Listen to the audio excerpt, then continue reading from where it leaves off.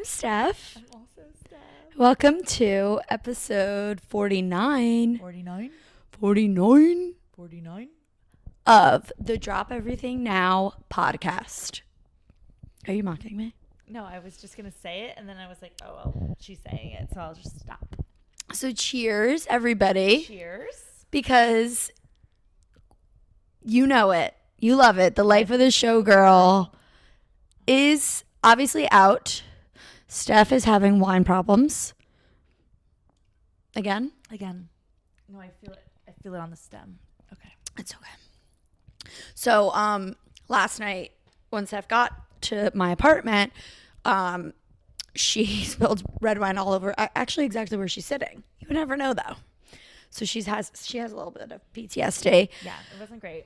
I'm literally when I see the wine, I'm still scared. Yeah. So she might be a little jumpy. So we'll see how it goes. But so this is our it's Life of the Showgirl has been out since last night, basically. Yes, almost 24 hours. Yeah. So we did our reaction video, and we did our initial reaction video, which you'll probably see first. And so now that we've sat with it for 24 hours, we went to the show, the cinema at 3 o'clock today, and we watched that. How many times do you think about we've listened to the songs, the whole album? Oh God, maybe close to 10 at this point. I think more than that. Really?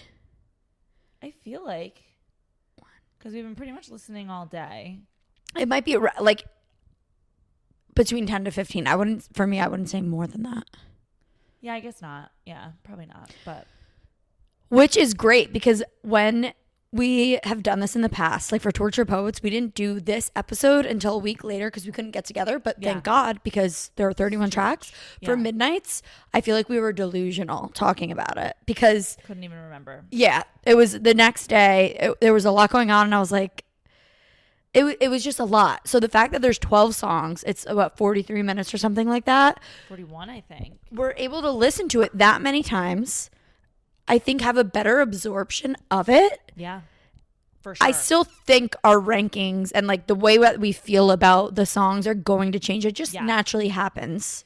Yeah, I mean, they've changed from when I woke up this morning to lunchtime to now. Exactly. But in terms of understanding the songs, the whole thing, I feel like we have a lot to say that we're not just I don't know, we got to listen more. You know what I mean? Agreed. I think we've got a much better grasp on things. Well, obviously, also because we watched a Taylor Swift Tell Us what they are. Yeah. So that helped. That did help. Even though we were already there. Yeah, I feel like all the songs we were there, we already knew, obviously. Because there's so many moving factors to why listening to it, sitting with it more, her telling us that, and also kind of having a lot of lead up to knowing exactly what the sound was gonna be, what just a lot of that. So I feel really good. Me too. I feel really good, and I feel strong like bull for this podcast. Okay. And we decided sort of last minute that we were going to do the podcast not in my new studio, but we moved it here, which is where we did the live reaction, mainly because my husband wanted to play video games in our studio space. But we figured this was so showgirly, my couch and my pillows. Yeah. We're it's okay. I'm basically blending in with my couch, and we're not even showing as much as the color of it because of this blanket, but look at that. So what we did was we moved our posters up. So it's sort of Easter eggy. If you look, it's not in your face, but if you look closely, this is littered with Showgirl. It's Easter eggy? Yeah. Because if you look closely, there's posters. I was going to say the posters aren't really. It's not I know. There's no hidden. Well, here's the thing. This ghost, you might think, this is an anti-hero. But if you read the lyrics to Opalite, something has ghosts in it. Yeah, I was haunted by ghosts. I think it's Opalite. It is Opalite. So that's an Easter egg. Yeah, exactly. And a football team music video. The music video, yeah. So team. I was just thinking of the Yeah. lyrics, like, But exactly. All and okay. so yeah. And then that's the Target edition, and we opened it up. You can barely see it, Poster. It's but like, yeah, it's nice. Oh, and massive. yeah, big poster up there. Love. So that's where we're at, and I think it's like it's Here we quite are. nice. Just forget about it. It's my cell phone. We're falling apart. So we're gonna do our first sort of actual review of the album here. That's what the goal is today. Overall, we're gonna go track by track. You know it if you've been with us. You love it. This is how many? This is their third like album that we've done podcasting. Fourth. Midnights, Torture Poets, this. But Well, obviously, technically fifth, I guess. well, I said third album, but we also have done Fearless Taylor's- Taylor's version, Red Taylor's Oh my God. version, I 1989, was just thinking Speak of Now. 1989, Speak Now. I forgot. Like the podcast started. With It started with Taylor's. version. We've done all the Taylor's versions. You're That's right. that's Okay. Wow. Yeah. But yeah. sorry guys, he's been through a lot. third album. And yeah, we're gonna do it, but We're gonna you know, eventually we'll jump have right to. in. Yeah. And like, okay, everything is subject to change. Whatever we Still. say today might be different by tomorrow, and even more different by next week. And like, if we uncover, if we say something that's totally dumb and like stupid, they're like, how could they think that? Shut Maybe the. we'll learn soon. Even though, again, I do feel like we have a really good grasp versus I do. other times. And also, shit. Also, we're smart, and you're not. No, we would never say that. Oh, but also, I would never say that. Even if you watched the YouTube exclusive of like our live reactions, Mm-hmm. things have even changed since then in Right. terms of songs I like and whatever. So it's been a day. It's been again, a day. Things will be changing. Possibly. Maybe. Well, I'm but that's the ready fun for of this. Like, we will give our rankings Yeah. at, like, after we kind of go through each song, we'll talk about it. But it's almost impossible to do that. It's more fun to do it just so we can then look what back and changed. see how it Yeah. changes. When we eventually do, maybe in a month or so, we'll do like a survey of like everybody's rankings and their songs. Yeah, I love that idea. But anyway, should we start with our like overall, like just general Yes. takes of the overall album, what we've been seeing other people saying, what Taylor Yes. Swift has been, there's been a probably 4 to 5 A lot of interviews. like radio interviews in London, and then the one in Z100. Yeah. I think we watched or listened to most, if not all of them, other than I the think we hit them except for the Graham Graham Norton. because we don't know where it is. right. So yeah, should we talk? Yeah, So let's get into it. I have to start. please. Oh, with last night. Yeah. So, I don't know what happened in my brain, and I feel like it's still happening every now and then. We went through each song, we stopped, talked about it after it ended, went to the next song. After every single one, I was like, oh, I liked it. Like, there wasn't one where I was like, not my thing. But for some reason, at the end, when we talked about the album as a whole, I was just like, huh. And for some reason in my brain, I didn't like it. Or Yeah. I didn't like it. But You like, said I was as a like, whole it wasn't your I favorite, don't basically, know. I is don't what know you if were it's gonna be saying. my favorite. I was so wrong. And again, that's already like, because even when we went to bed last night, like I went back in and I listened to it. I like fell asleep listening to it. And even like Elizabeth Taylor's second song, and I was like, oh my God, I fucking love this song. And I was like, what was I thinking? What was I doing? Right. I feel like I have grasped it, and I probably said it for like 10 minutes last night when I was trying to explain. So if you watched that, forgive me. You We're might be gonna hear it repeating. again. Yeah. But if you didn't, whatever. Here we are. I was confused Understandably so. because I thought the subject matter of behind the scenes of the Eras Tour was going to be more literal. Like I thought it was really going to be like behind the scenes type stuff. Because she said that, like, Because to she your said credit. it. And I think a lot of people experience Yeah. that. And then, so I think it threw me off in terms of what I was expecting, and then it made me like not like it initially. But I did like every track individually, like I said. And I think now I'm really happy that it wasn't what I thought it was going to be. Like, Yeah, I'm happy I that agree. it's actually real songs and not just like, here's what it's like backstage. Yeah. Like, here's me going to my dressing room. Like, here's the hotel afterwards. Like, are we going to have a party tonight? Like, right. I think I like, well, I do. I know I like that it's not like that kind of stuff. But it did throw me off that like so many of the songs were so different than what I thought they were going to be because it wasn't so literal. Yes. So, but I love it now, and I have no skips. So what I was thinking about that was because like I agree, and like I agree with like it wasn't what everybody thought it was gonna be, and I think a lot of people thought that like what this was really mostly a love letter to Travis, but also then of course there was a few other things in there as well, but mostly it was a love letter to Travis, so it's very confusing.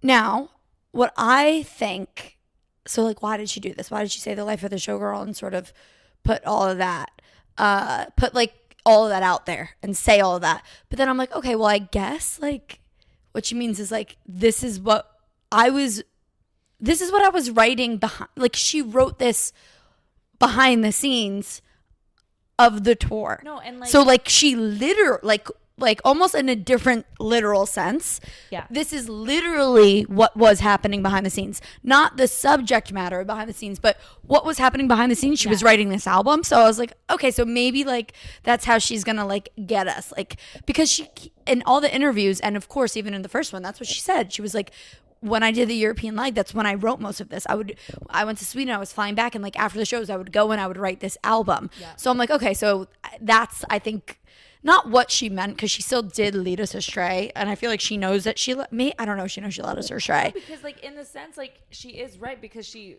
fell in love with Travis behind the scenes. She's like, it's about what my life was like during the time of the Eras tour, and in that sense, like it is. I get it, because he went all over with her in Europe, so like it makes sense that he's in it a lot. Like some of the like more. Maybe like this song is clearly about this person, like that was going on during the Eras tour, like, you know, the Charlie stuff. Like, so I get it. It just like, I guess when I was thinking behind the scenes, I literally was thinking it is directly behind the curtain. Right. Like I thought, and just like this, like, and same. Yeah. It just for me didn't. I totally agree with you, but it didn't take away from me immediately loving the album, which again you would hear last night that I had to question Steph, because I was like, what do you mean you literally liked every song? I know, and I was really, but even now I'm still doing it where like I'll like, even when we were trying to put these rankings together, I'd hear a song while I'm hearing it, I'm like, oh hell yeah, this song is so good. And then like when I get like a few songs later, I'd look forward and I'd be like, oh yeah, that one's probably bottom half. And then once I'd get to the song, I'm like, that's not bottom half. And then I'd think the song I just listened to 3 songs, I was like, that one's bottom half. It's so hard. All over the place because I don't have a skip. There's not a skip. I agree. But also, it's like the more so I think song by song, how we were like, we have a good grasp on song by song, but what we don't have the best grasp on is the album, like The Life of the Showgirl. It is behind the scenes, but why is it called that? But then what I also think is interesting in watching the movie today, and then also listening back, a lot of the songs thematically, like indirectly or directly, or aesthetically, like the imagery that she's putting in it, or specific reference, whatever it is, kind of reference a lot of different types of entertainment or show people. So there's a lot of like character roles that she's stepping into, right? Father figure. It's like, huh? But that is a type of like, it's entertainment, whatever. And then you have the Fate of Ophelia, and it's all the way back then. And then the music video itself, she even said she was actually going through time periods of different types of showgirls. And then what I noticed is the way that the movie was when we watched it, played the music video, and then she went behind the scenes of it, and then just went into like track 2. And then like talked about track 2, played the lyric video, came back, and then did more scenes like from the next like scene of Fate of Ophelia, Yeah. and then talked about track 3. Yeah, And I she think she do, was like- connecting it with like Yeah. with the vibe of Sometimes track she did a few at 3 a time. Like sometimes it would be like, because okay, there weren't 12 scenes. Right, exactly. So it would be like sometimes it's like, okay, we listened to 2 and 3, then we had another little break of behind the scenes, then it was like 4, 5, 6, then a break. Like so, yeah. But- it was, But my point is like the easiest one to say is the last one, Life of a Showgirl, is directly about the Eras tour, and with Yeah. Sabrina and stuff, and that she waited until the end, which was the era of her being a pop star on the Eras tour, to Yeah. show the behind the scenes of that. So the music video, although it's just about the Fate of Ophelia, kind of encapsulates the whole album aesthetically. So what I'm saying is like Yeah. each song, even though it wasn't 12, but a lot of the songs capture different like eras of Showgirls. The Vegas Showgirl, the whatever, the one with the like she was saying what pool. they were. I don't remember every kept single saying whatever thing. word that was, and I was like, where'd she even learn that? Right. For the But pool do you know one. what I mean? Yeah. Like it's more Showgirl. Like she's taking it. It's more I don't know. I don't, again, I don't know the exact words that I'm saying, but I'm kind of getting the theme of the album a little bit more through thinking of it in that lens. The Fate of Ophelia music video was not for the Fate of Ophelia song. It was for the album. Do you know what I'm It saying? was for both, Like, but yes. but like the way she showed it is way- what I'm saying. yeah, the concept of the video was obviously because if it was for the song, there'd be a love interest. You know what I mean? Yes. Like it wasn't to describe what the actual song, but it was like basically to say like, here's what the album's about, which I really liked. I thought it was. I agree with you. Like I feel like it helped me like be like, oh yeah, okay, like this is. I mean, duh. This is what the album is, but Yeah. So I think in that sense, that's what it's like. Okay, that's what she means by like the Showgirl is like she was writing about what her life is literally while she was on the tour, and she's falling in love, and she's still in that place now, and she's with Travis, but she's also doing it through different lenses of show, like falling in love through, oh, you saved me from the Fate of Ophelia, and then that's all I got. But like I don't know, like whatever. I said it before. I feel like I'm there, but I'm not like, I'm not biting it, but I'm like, I'm almost grasping it at it. But it's there's intent by it. She wasn't totally leading us astray. We're just not looking. All of us aren't. We're all taking it too literally, I think. Yes, which is another thing that going to the movie thing helped with. Yeah. On some of the stuff, I was like, oh, that makes like and we'll get to it when we get to the songs, but like I was like, oh yeah, I was taking that way too literally. I love it so much more thinking of it in a general sense. Yeah. And she did say like, oh, this is not going to be released for people to watch outside of the theaters immediately, meaning eventually, if you don't go in the theaters, eventually, however long that may be, it'll be posted somewhere. Right. But I will say, if you watched any of her radio show stuff, she like obviously she doesn't touch on every single song in those, but like when she does mention some of the songs, like it's pretty similar to what she mentioned about the song on the like in the video or the movie. And like obviously there's a little bit more in the movie, but yes, except for the comparable. Yes, except for the fact that she really only talked about Fate of Ophelia, Opalite, Father Figure, and on the radio or whatever, and on this she talks about every song. That's what I said. I said she doesn't like obviously it's not every song, but like the songs she talked about on the radio, she pretty much says the same stuff. Yeah, yeah. You just said it was similar, not that it was like all the same songs, but like there was, even with every song that she already mentioned with like those 3 that there still was more. You know what I mean? Like, yeah, I wouldn't say like, oh, you kind of heard everything. Like it was definitely worth it to go see it, to hear what she had to say. Oh no, I definitely agree. I'm just saying like, I thought there was going to be a little more, and actually, honestly, no.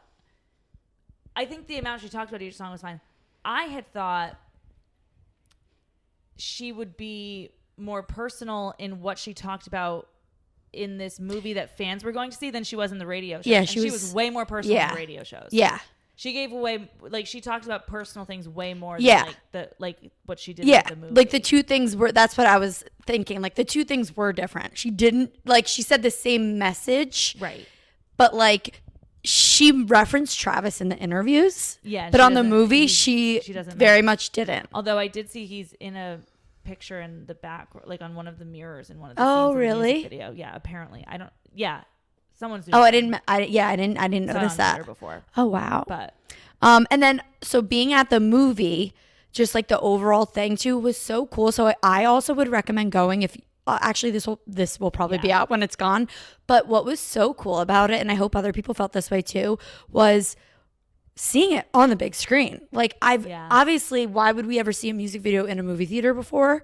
The only thing would be seeing the Eras Tour in the movie theaters. But seeing it, so cool, and seeing it with an audience was so cool. And then listening to the songs was so cool because you felt the energy, you felt the people with you, and I honestly thought I was going to be annoyed by it. And I enjoyed it. And like when Taylor was talking and being like kind of like awkward, we like everybody in the theater would laugh. And like normally it would just be like us laughing or us laughing by ourselves. So it was funny to be like, yeah, like I don't know, like we all agree. Thoughts, like like LOL, she's being such a dork right now. Or when she was like talking obviously about Travis, not Travis, and you heard people like, like, oh, we're all on the same team here. Like we're all excited about this song, and like each song would get applause, but some would get more. Yeah, and it was funny because like what you said, you thought you might be annoyed. Like when people were clapping at first, I was like, oh no. I was like, we're going to clap like when people get off planes and stuff. But then even like, I think by like, I don't know what song it was, but I just like instinctually just started clapping. And I was like, oh, yeah, eventually it was like, now we're here. Yeah. I am clapping. Because at first I was like, what are you guys clapping for? Taylor's can't hear you. Right. What's the applause for? But then I was like, wow. But yeah. And then I never did that, but in my heart. We were also definitely the most, at least for people I could see. But like with Wood, we were definitely the most like moving around, moving and shaking for sure. But I felt the energy around the energy me. Was there. The energy, like, it was there for Wood. It was there more than any. Like it was palpable. It was very. And we'll talk about the specifics. We'll say what like things. What she said about each track, but just the overall vibe was like that was fun. That was so fun.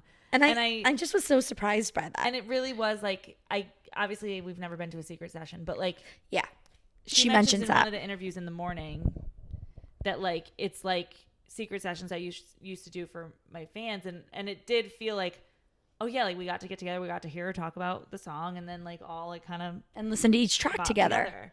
It was cool. And then what I also thought was cool too was it starts with the music video and then it goes the behind the scenes, each track, blah, blah, blah. And then it ends with the music video, which in my head, I was like, I hope they play the music video again. Yeah, me too. But it was also cool too, because then we saw the behind the scenes, and then we got to see it all put together. Yes. And it was knowing the behind the scenes. Literally after even the first behind the scenes section of it, I was like, oh, I wish I could watch the music video again, but I'm going to have to wait till Saturday. Yeah. Because I was like, man, I really want to see it again now that they're talking about it. It was so good. I loved the music video. Also, every dancer, her band, every Eras Tour dancer, background vocals, they were all in the music video, which was so cute too. And like, I loved it just because I was like, oh, I know them. And I miss them. Yeah. Like I Cam. was like, oh my God.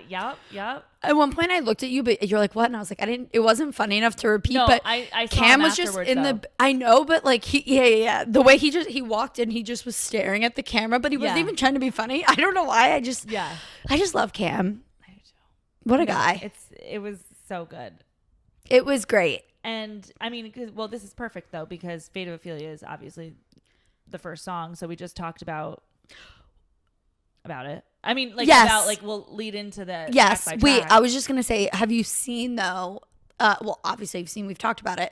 It is interesting, the pulse on the whole album as a whole. Oh, yeah. Like, I loved it. And, like, when I know how you felt about it at first, but, and I understood, in my head, I was like, okay, a lot of people are probably going to have a similar take to you where they're like, no, I loved every song, but, like, whatever. Yeah. But I loved it. Like, I'm like, oh, my gosh.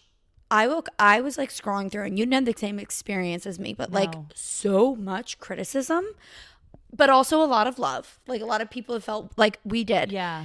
And that was like insane to me. But all the criticism to me is, I can see right through it. I understand why people are like Taylor Swift fans criticizing it. Yeah. But it's people criticizing it, some because like what you said, but then those people are like, no, I like it. I just like have to maybe wrap my brain around it a little bit more. But other people are doing it because it wasn't what they wanted it to be, or they thought Taylor's being like anti-feminist and a man saved her, and that's not right. And it's too surface level.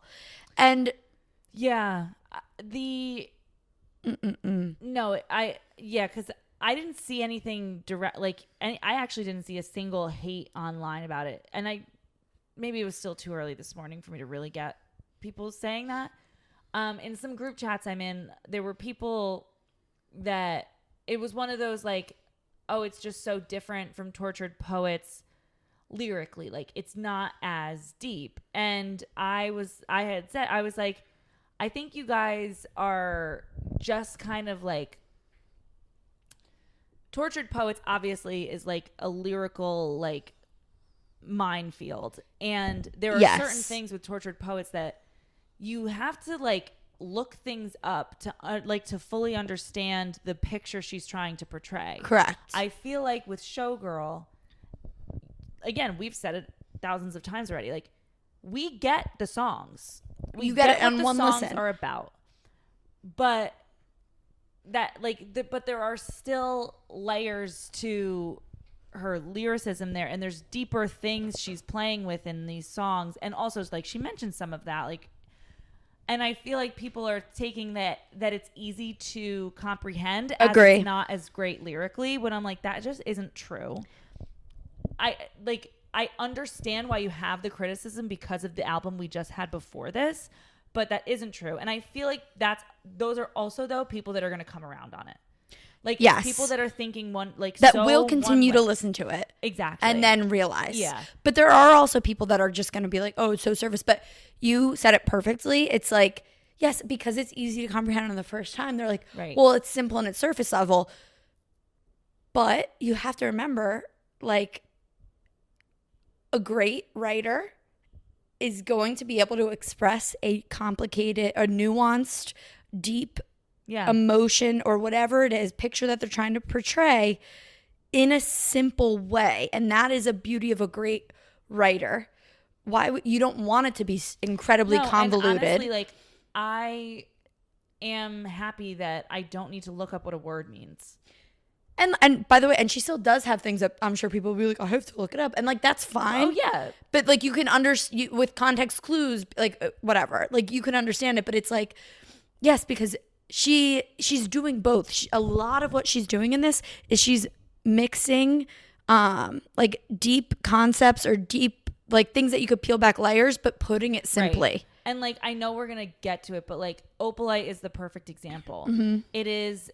If you listen to Opalite, you think, oh, so cute. Yeah. Like her and Travis finding each other after like both going through struggles in relation, like heartbreak type things or things not working out. Cute.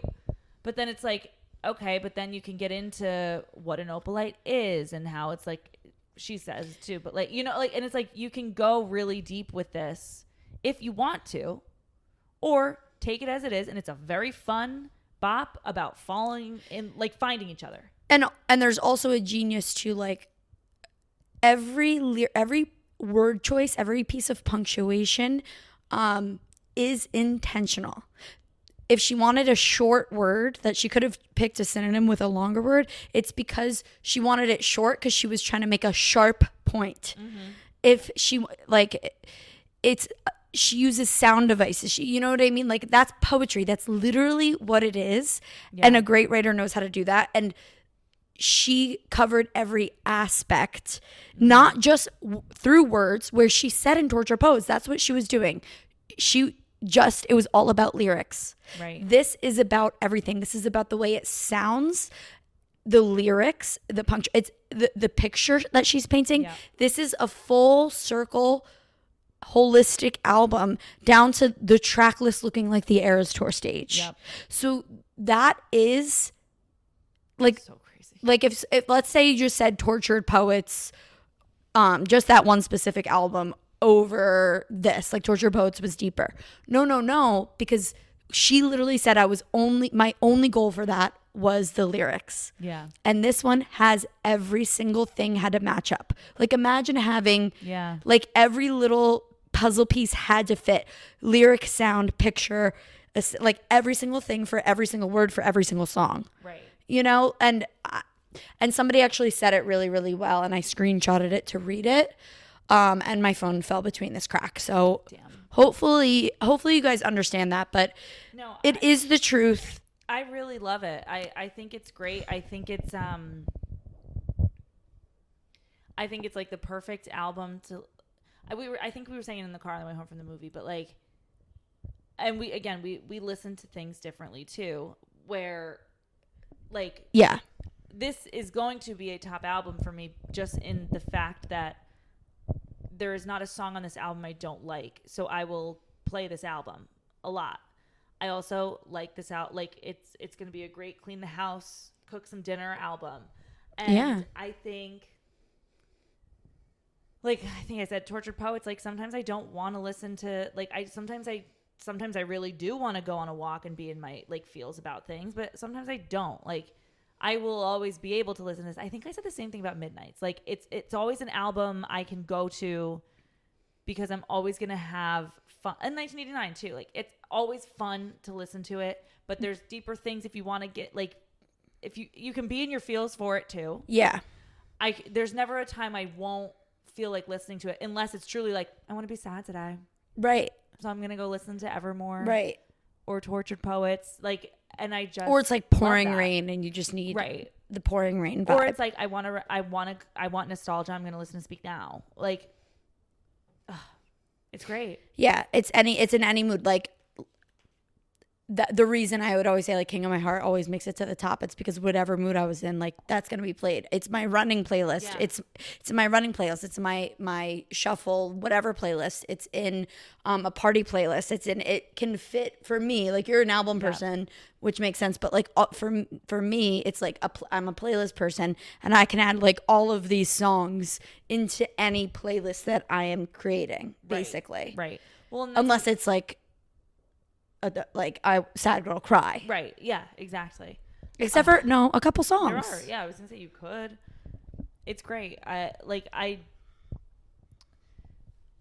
There are some criticisms I understand because I was there yesterday. But there are some criticisms that I'm like, you just don't like what's going on in her life. So you're criticizing her work. Yeah. But you shouldn't be. And it's almost ironic, the people that are saying like it's surface level. It's like, no. That's ironic. It's you actually can't see beyond her surface. That's the problem. Yeah. It's not surface level. You just don't know how to look deeper. Not even that. It's you refuse to look at what she's showing you deeper because it's not what you want to see. It's a bit, yeah. So you're just saying, this isn't her.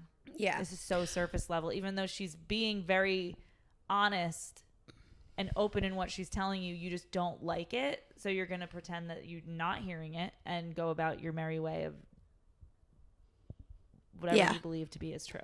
Yeah. And what I also always think is crazy is people saying like, oh, it's all surface level crap.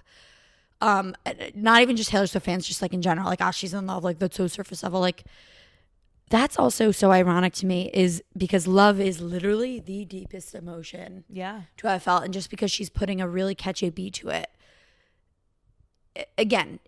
to me, it shows the level of like, there's the people that are like intentionally like, this isn't what I want, but there's also people who genuinely try to act like they're smarter. This is surface level, but like it's actually you that can't see. Right. Like you're just, I don't want to say not intelligent enough and be like that. Like, but you're just failing to actually analyze it.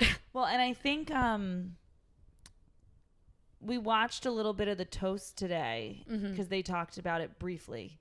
And I think they made a good point because one of them talked about like the cover and like, oh, I wish it was any other cover but the one it is. I still love that it's the cover. But and then they were talking about something different. And then they took it back though, right? Yeah. No, I don't think they took it back, but I think they then said, but also like, we are picking apart the cover she picked. Oh yeah, I know. We're picking apart the sound of this or that song or what is she like. No other artist gets this level of like scrutiny over. And granted, this is part of being Taylor Swift fan and like being her fan is like we love to get into this shit. Yes, but it's like, yeah, nobody else would care what her album cover choice was. Like even non-Taylor Swift fans probably are like, what a dumb album cover. And it's like nobody, like if you didn't listen to this person, you wouldn't care. Yeah. They were like no other artist, nobody's talking about it to that like, extent of like what a bad choice. To this level, it's like she is on such a different level than the rest because everybody else gets by with like like nobody critiques half the shit people are like pinpointing in Taylor stuff, which also just means that her product is so good that you are like if any other random person put out this album, it'd be like that's the best work they've ever done. Literally, like the best work they've ever done. So it's just crazy that like the level she's on, that there's so many things that are being picked apart that like you wouldn't even touch if it was anybody else. Literally anybody else. Crazy. It's so funny, but it does make it just that much more fun, and it's funny to kind of realize that and sit on the other side of that of like, wow. But then at the end of the day, it's like, wow, how lucky are we that she is giving us so much that people are able to criticize it that much. Do you know what I mean? Yeah. Like that sucks, but like whatever. And I love the one quote someone once said, not like a Shakespeare quote, like just a random person on Twitter, was like, Taylor Swift is not, what's the word when you're like overrated? Oh, Taylor Swift is not overrated. She's overanalyzed. Yeah. Or she like, because it's not, she's not overrated because so many people fucking critique her. People are like, well, her fans, of course we love it. She is just overanalyzed. She's overexposed. She's not overrated. No. There's a reason she's as big as she is. And if she was, she wouldn't be overanalyzed if she actually was overrated. Right. Because then she's not as good as everybody's saying she is. So why analyze anything? Right. Like why dig in? Why is there anything even there to analyze in the first place? But yeah. So I think like my feeling is still the same as last night to sort of maybe wrap up and get into the tracks. Yeah. I love it. I think it's a brilliant album. I love that like when I first listened to 1989, I was like, because I was like I was confused by Pop Taylor, but now this time around, knowing that I was going into it, I'm like, holy shit, I love this album so much, and I still love it so much, and I am so excited to see how my feelings like develop, grow, change, like as I sit with it more, as I can't wait to listen to it in the car. When I mean, we did together, but like by myself, you know, like all of it. My drive home tomorrow morning is gonna be. That's the exciting thing. Crazy. Because I feel like, all the other albums, well, just Midnight specifically, but like Red, 1989, and Fearless, I came to you for. So just Speak Now, you came to me. Now, yep. And Torture Poets, we were by ourselves. But yeah, so like I will always like be able to like listen. So it's a great thing. It's a great feeling. Love it. Okay, so shall we go track? T by T? Track by track. TNT. Okay, so Fate of Ophelia. Can you give us a little riff just so we remember what it sounds like?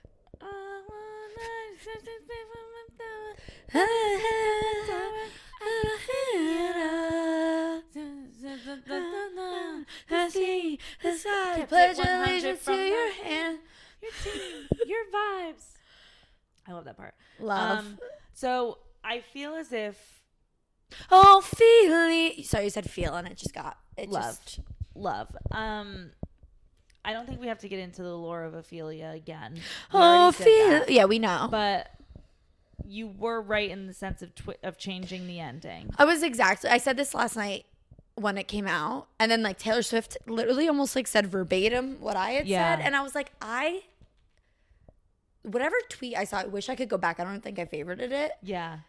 And I was scared to ever open anything up because I didn't want to see leaks, but I almost am like, I was too on the nose. Like, and I hate seeing leaks, that I almost am mad at that tweet that I saw. Where you somehow leaked. Right. I Like, was the tweet leaked and you didn't realize? Yeah.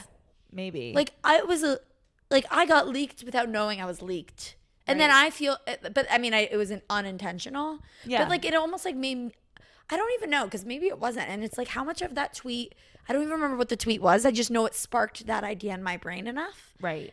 And I'm like, now I don't even know like what I actually came up with by myself. Yeah. Yeah. But anyway, I do love the spin on it. I also love with a lot of these, like Ophelia, Elizabeth Taylor, like I think, again, like maybe I was just thinking she's telling the story of Ophelia and she's telling the story of Elizabeth Taylor, but I like how much it was intertwined with her life too.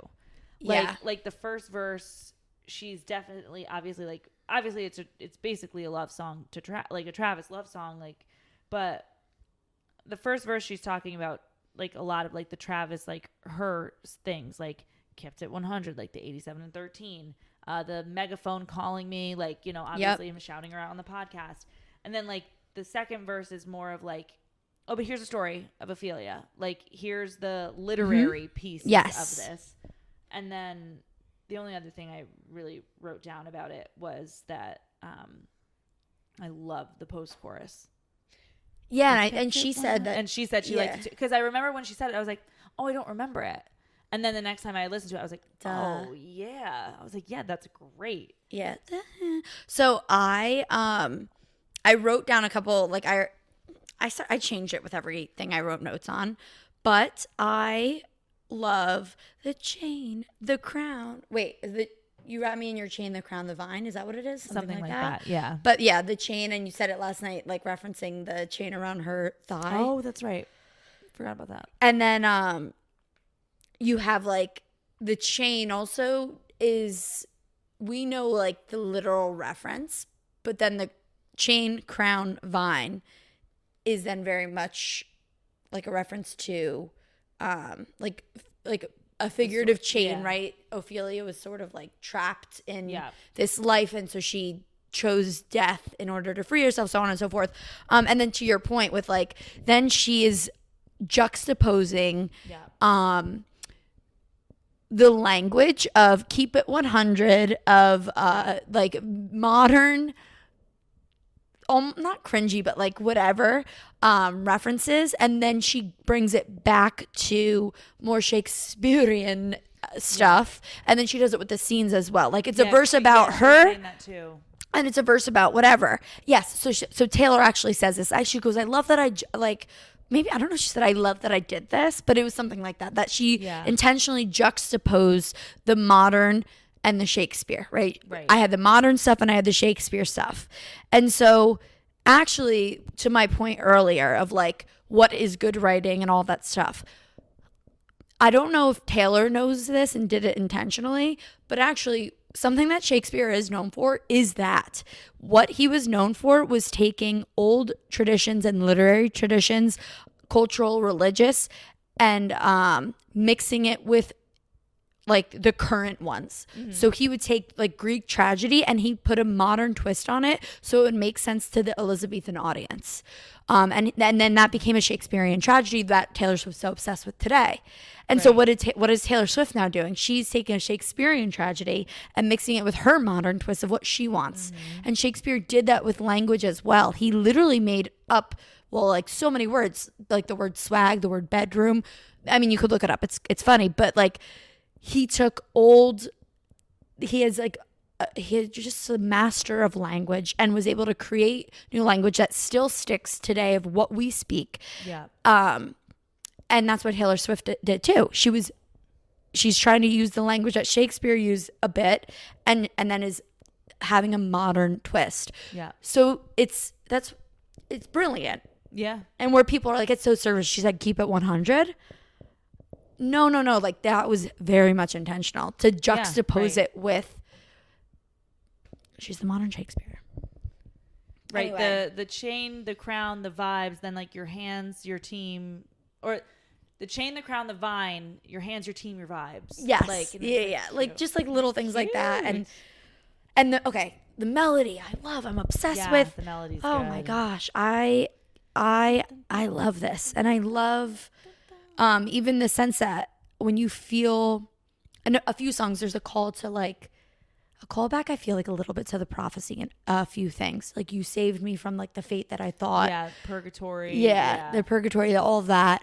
And it's so sweet because, and it's, even though it's so directly about Travis and their relationship and being driven mad, and we know what she was going through, it's also relatable to most people who felt like at one point, like, I'm never going to find love, who maybe didn't marry their high school sweetheart or marry the first guy that they dated and went through a lot of like, said that. will this ever happen for me? What?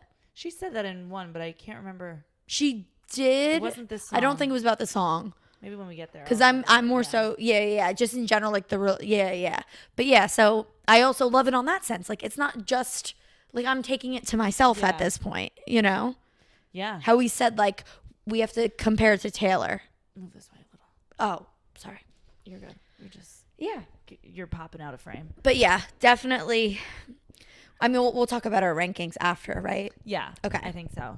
So, number 2? Number 2, Elizabeth Taylor. I love this song. My mic is so loud. I'm going to just hold myself down here. I don't think it's as bad as it looks, but I see what you're saying. I'm down here. Okay, so Elizabeth Taylor. I'll give us a riff. Give us a riff for the ghost will get you. I'd cry my eyes by Elizabeth Taylor. For real? Do you think it's forever? I've had one, but I could have had two. Might have fun if I couldn't have.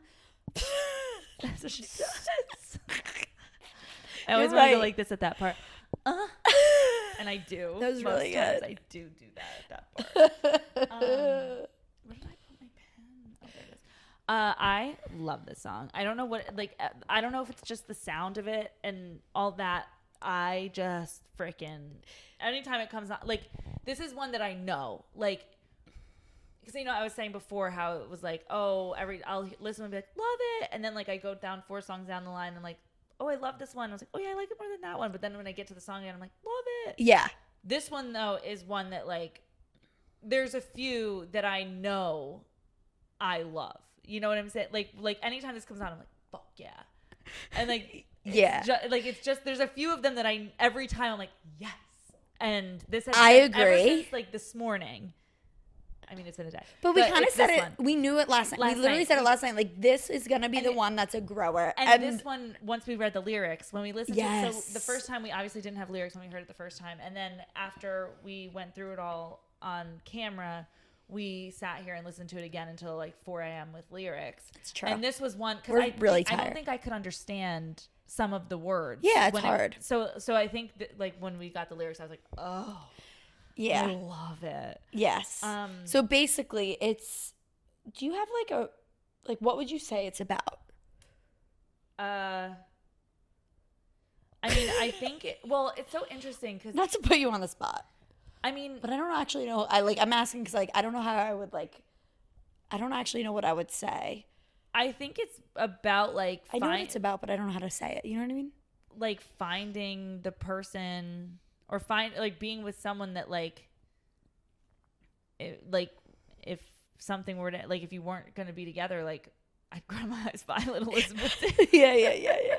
For sure. I mean, let me look at, I need to pull No, yeah. And it is, like, it's a love song. And what we were saying about this one is, like, she does say, like, if I didn't have you, I would cry my eyes out. All the right guys promised they'd stay. Under the bright lights, they withered away, but you bloom. Like, it's definitely, again, another Travis nod. It is. Be my NY when Hollywood hates me. Yeah. You're only as hot as your last hit, baby. Your last hit, baby. Now, here's the thing. It is, like, she does reference, like, if I didn't have you, like, I would cry my eyes out, like we said. And someone said, like, this is such a love album without, and it's not littered with any anxiety. So just in case somebody were to mention that, what I want to, like, I just want to say the difference. I haven't seen anybody try to, like, make any claims of an argument of this, but we spoke about this. Even though she says, like, I would cry my eyes out if I didn't have you, she's not saying, like, I think I hope I don't lose you, or I feel like I will lose you. She's saying, if I did, right? Like, if I didn't have you, I would die. Not like, oh, I hope that doesn't happen one day. I hope it doesn't happen. Yeah. So there's a very clear difference. And I think this is the only song you could ever even consider a hint of anxiety about the relationship. But even though it's not there. Yeah, I was going to say it's definitely not. Like, it's not there, but this was the only one that someone could make that argument. Like, if I was to say there's no anxiety on this album about the relationship, right. What about Elizabeth Taylor? But also in my brain, like, this is another one where it's like, yes, there are references to Travis here. Because, again, like, the line I just read out, like, they thought they could handle it, they withered away, but you bloom, like, in the limelight. It's also, she's also just trying to sing about Elizabeth Taylor too. Yeah, and she said that in the interview. She said, she's had the line, I'd cry my eyes violet, Elizabeth Taylor, or something. Like, that was a line she's a real, maybe I believe you, but I actually, now that you said that, she said that about Fate of Ophelia, that what was cool, she said she has a list that she could go on for 20 minutes, and she was pulling it, and Mac, one of the producers, had the thing of Ophelia, and she was like, Ophelia, and it fit, and that's how they came up with it. But I don't remember that for Elizabeth Taylor, but I'm sure it was the same thing. I remember her saying that, like, or maybe she just said that she loves the line, like, I like cry my eyes violet, Elizabeth Taylor. I don't know if that's the whole reason she made the song, but, like, I know she said she loves that line. Yeah. But I also think, like, so, like, she mentions, like, Portofino, Paris, and I, like, in the Genius thing, it says that it's a lot of places that Elizabeth Taylor frequented. But it's also, like, in my head, I was like, I feel like this could also be, like, a reference to Eras Tour locations. That, and maybe like, she went with Trav. There. And I don't think, obviously they weren't, like, she didn't go to Portofino, Italy for the Eras Tour. She went to Milan. But, like, I think it's like a correlation maybe of, she like, said that she was like, and I love, because there's not like specifically, but I agree with you, because she did say, like, because there's a lot of parallels in our lives, and I wanted to write about that too. So the song is actually, like, a lot of it is like a parallel to how our lives are similar, right? And so again, like, you know how I said earlier that some of the songs are, like, different forms of, like, entertainers or entertainment. Mm-hmm. So Fate of Ophelia, right? But she's switching that fate to saying, like, and you saved me. And now it's Elizabeth Taylor, and it's like, look at all these parallels. Just like Ophelia, there's all these parallels, except I'm not going to I won't cry my eyes out if you, like, I don't want to end up, obviously famously had, like, a ton of failed and, like, marriages and things like that. Yeah. And this won't be that. We have so many parallels in our lives. Right. Down to, like, all the stuff that we did here in Italy, and all this, and all the, like, the hotels that we frequented, because all the places, like Portofino and stuff, it was like Richard Burton, is that his first name? Burton, and, you know, Elizabeth Taylor, like, is it Richard Burton? It's something not Tim Burton. That's that guy, the Halloween guy. Yeah, that's it. That's that guy. This is Tim Burton. Yeah, that's Tim Burton. But yeah, so I think it is that, like, what you're saying, because she did say, like, that's what the song is. That's also why, though, that, like, if someone was to make the argument that Elizabeth Taylor, the song, has anxiety in it, I would argue that the intent of the song isn't necessarily as a love song to Travis. It's there, but, like, it is also to parallel her life with Elizabeth Taylor, more so than that other, you know, like the Travis of it all. And she's referenced Elizabeth Taylor before too. Right. As for the sound of it, Oh yeah. Love. It's so dancey, kind of glamorous, like you said. Yeah. Like, and then it's like got like a sexy sound, and I love it. And the reason I think we're like fuck yeah, like you were saying before, is because yes, it drops the beat, and then the beat drops. It doesn't sound like that at all, but that's just what I felt like doing. No, I'm totally with you. I think that is absolutely why I love it. Yeah, and then I'm love. like, it's almost here. It's almost here. It's like I'd cry my eyes on Elizabeth Taylor. Now you already mentioned the line. I would write down lyric. Like when I was taking notes, I wanted to write down lyrics, and I wanted to be like hell yeah. So everywhere. you already had said, but be my New York when Hollywood hates me. Be my NY when Hollywood hates me. Something baby. Like that just like twinkles my ear. You're only as hot as your last hit, baby. And then you had said this last night, and I was like tipsy, and I don't know how I made sense of it, and so I don't know if what I said last night is the same thing as today. Number two? I've been number one, but not never never had two. Been number one, but never had because two. she never had somebody. Partner. Yes, yeah. I was gonna say I realized that today. Yeah. Or I needed help realizing that today from people. Like online or from Genius, but and then she said something like white diamonds are for I forgot. Yeah, white diamonds as a prop. White diamonds. Elizabeth Taylor. So white diamonds. This perfume smells terrible, by the way. If anybody wanted to know, White Diamonds by Elizabeth Taylor smells like an old lady. And I sprayed it on myself last night after. I do like that part of the song though too, like that close. The outro with that. That's what I wanted to just say real quick. The white diamonds. It's like white diamonds, something are forever. And whatever she's saying there, I wrote like, I think I'm not certain, but I feel like she's kind of trying to say like when I write about somebody, because there was something else that references like writing. I forget, but. She's saying like I immortalize any of my exes are going to be known. My exes are forever. Like something is forever because she's writing about Paper, yeah. Something. What is the lyric? Is it in Elizabeth Taylor? Yeah, it is because it's white diamonds and something are forever. All my white diamonds and lovers are forever in the papers on the screen and in their minds. Yeah. So because when she writes about something, anything but mine. Yeah. When she writes about something like in their minds on the screen, everyone else, all my exes, all that stuff is forever. I've immortalized all those people, but I want you actually to be mine forever. I don't care, like I don't know. I think that there's something there that's sweet, but she's also saying like, because I wrote about, let's say Joe, and about whatever, like he's still immortalized in that song in which I wrote him in. Right. And so people in their minds, that's still what it is. Like that song is always going to exist. Yeah. That's permanent. But I want you to always be like mine. Like it's permanent for them for sure. Yeah. But for me, all I care about is having you forever. Right. Does that like make a little sense? Because I feel like I get the first part. Yeah. It's one of those things again. I was saying like I feel like I'm there grasping something, but I don't have it like fully.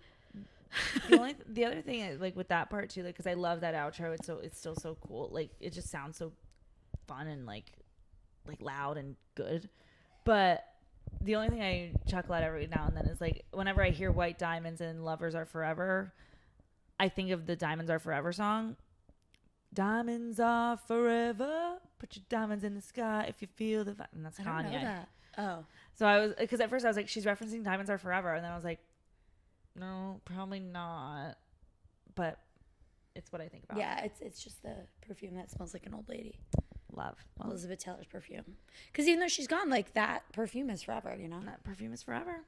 Even though it smells bad. So, love. Number 3. Opalite? Love. Opalite. Oh, give us a ref.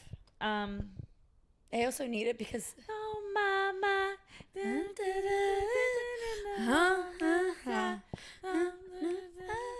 Don't you sweat it, baby. It's all right.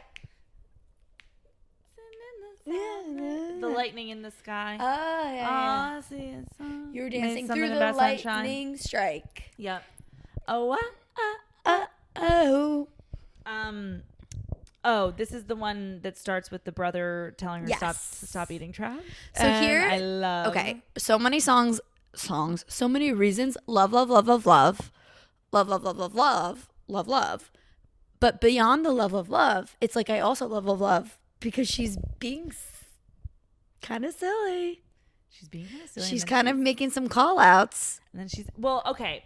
Let's talk about it. Let's talk about the shout outs. So obviously the first verse, she talks about how sometimes she would go back or think something about lovers past. About lovers past. And her brother was calling that eating out of the trash. Which I'm obsessed with. It's so when we spoke with Justine before we went to the movie, and Justine is like one of my best friends. And unfortunately is a huge, not unfortunately, I don't mean anything bad about their music, but not only 1975 fan, but like has like giant posters of Maddie Healy in her apartment. Yeah. And then 1975 loves. But I love it because she actually gives us even more insight to things. Yes. So I forget where, hold on. I actually don't remember where I was going, but we were talking about this and the three of us were just like conversing about, is that line about Maddie Healy or not? And like, I still believe that was a direct call out, but the two of you were like, no, I think it could have just been a general one. I think it's... Well, actually, maybe just didn't have an opinion on it, but... No, yeah. I mean, obviously, I think it could be, but I do just think it's in general. Yeah, I think she wants it to be general, but I think it's a direct call out, personally, but like, obviously, we'll never know. Yeah, right. I mean, it definitely just could be. Because he is... He is true. That, and... the past and eating back out of the trash is like he was the one that was there, and then that's the next line is the haunting and the ghosts, which I think, and again, guys, paternity tests, it doesn't matter who it's or what it's about, it is what it is, but we're still allowed to have fun with thinking. Of course. And so I think then the second part about like the house was haunted, I was living with a ghost or ghosts, I think part of that is again a general statement to where she was, but I think it's a statement to like how she felt she was living when she was in that relationship with Joe. Agreed. And again, like it's everything is up to interpretation, but I just thought that was silly. And then the second verse, even sillier. What actually threw us back. Holy hell, it threw us back. Threw us out of our seats. It threw us back on the couch. I'm so sorry, my leg. I know, I keep moving mine around. I know, I see it. I'm really sorry, everybody. Okay. So obviously there's a little jab here, but I need to talk about it. Like, so basically it's like about Travis Kelce's ex. You were in it for real. She was in it on the phone or for her phone or something like that. I do have to say though, when you hear, like, because obviously you hear it and the first thing you think of is, oh shit, Taylor's throwing shade. But when you listen to the verse again, and then when you put it with what's really going on in the first verse of like, there's some shade, like silliness there, but like at the same time, it's about like her trying to get out of this cycle of what she was doing and how she was feeling and like making her own sunshine and get it, like, you know, moving past what her past relationships. It's the same reference point, but it's Travis's perspective in the second verse.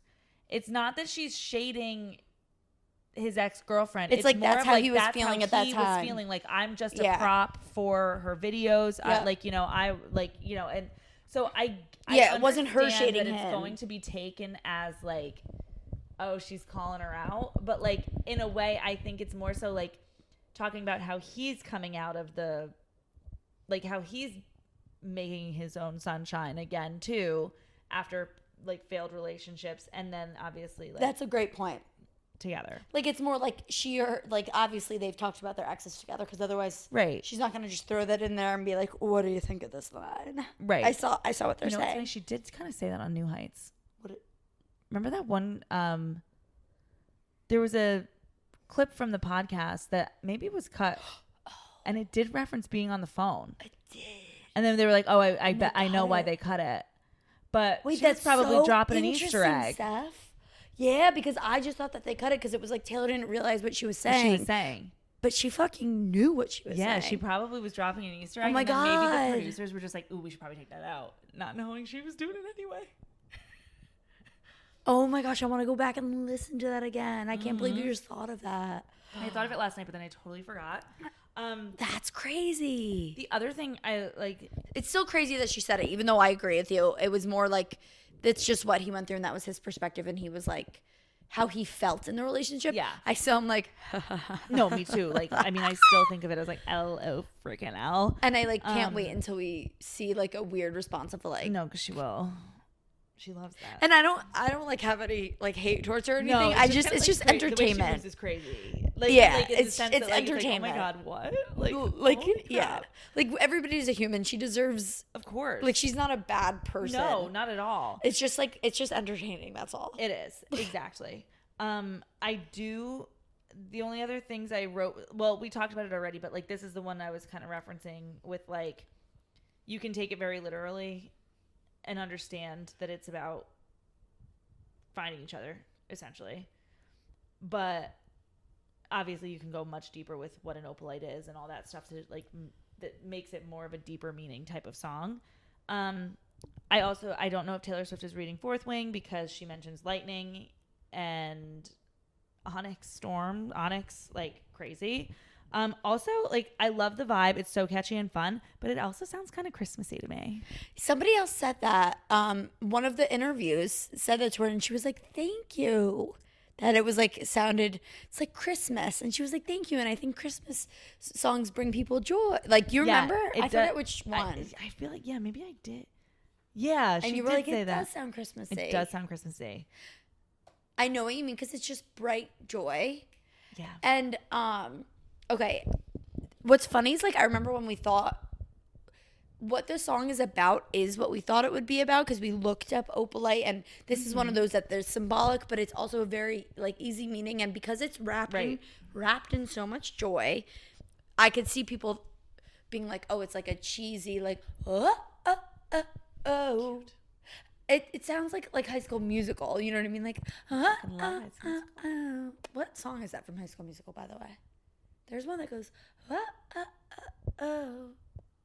Anyway, one day somebody will figure it out. Yeah. But like, it's not sonically what I thought, because I think we said like, oh, Opalite's gonna be the song that's the most peeled back layers. Like it's gonna, I don't know.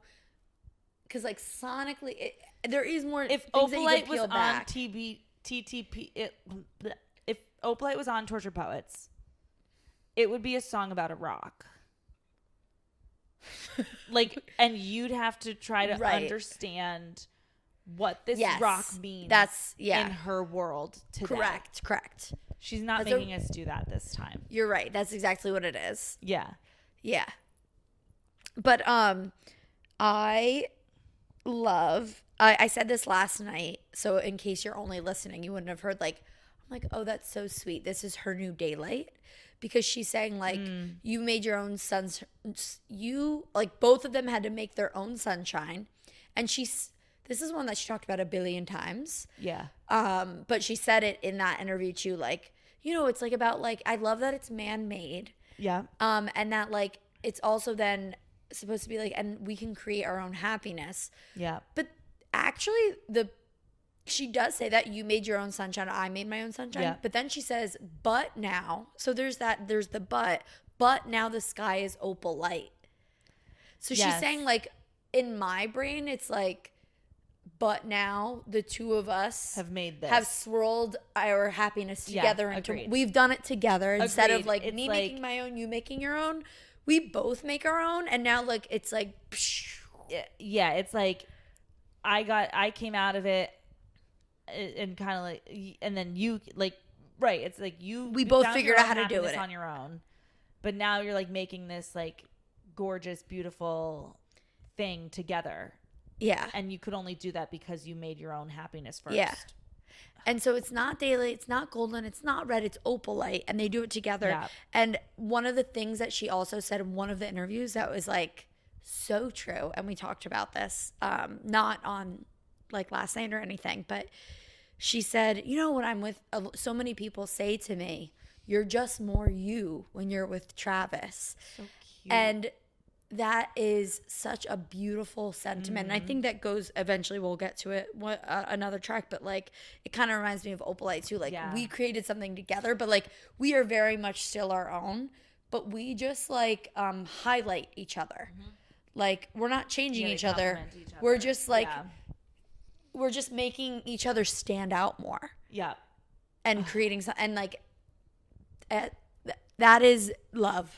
What is love? Maybe don't hurt me. It's fantastic. I love it. Love it. Love it. Again. And that's one that, this is a song that could be seen as like a little like cheesy sounding, but I love it. I was gonna say, because it's crazy, because maybe this is maybe the only one that I could see get spun that way. Yeah. And like, I still don't feel it at all. I don't feel it like I feel it for like a Karma or Bejeweled, right? Where like on Midnights, Karma and Bejeweled can not be seen as like cringy, but like a little like definitely Karma. Yeah. But it's like I love those, but like I totally hear it, but I just still like them versus like some of the other ones that I don't even hear it on this one. Like, I get like this would be the closest one you'd have to that on this album, but I don't even feel that. I'm like, no, it's just a good song. Yeah. Like, it's not even, and it's fun and it's happy and it's so good. Number 4. Next is I Will Be Your Father Figure. No, I can't remember what it sounds like, because I sang the other Father Figure song.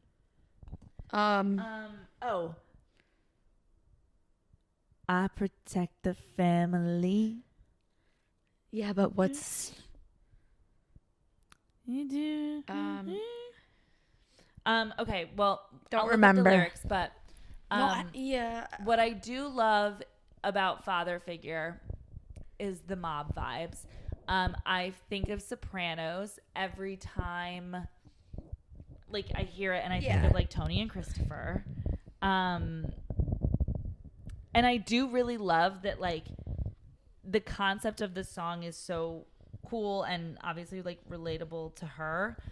She said in the movie that like she took Father Figure as like a writing prompt, which I kind of just loved. Where she was like, yeah, I had this like concept of like Father Figure, and then it just like spawned into what it is. And she said a message of power, basically. Like, right. She just and wanted... then how she was like, sometimes like, and she was like, and I can relate to both the Father Figure and the protege or whatever she's calling it.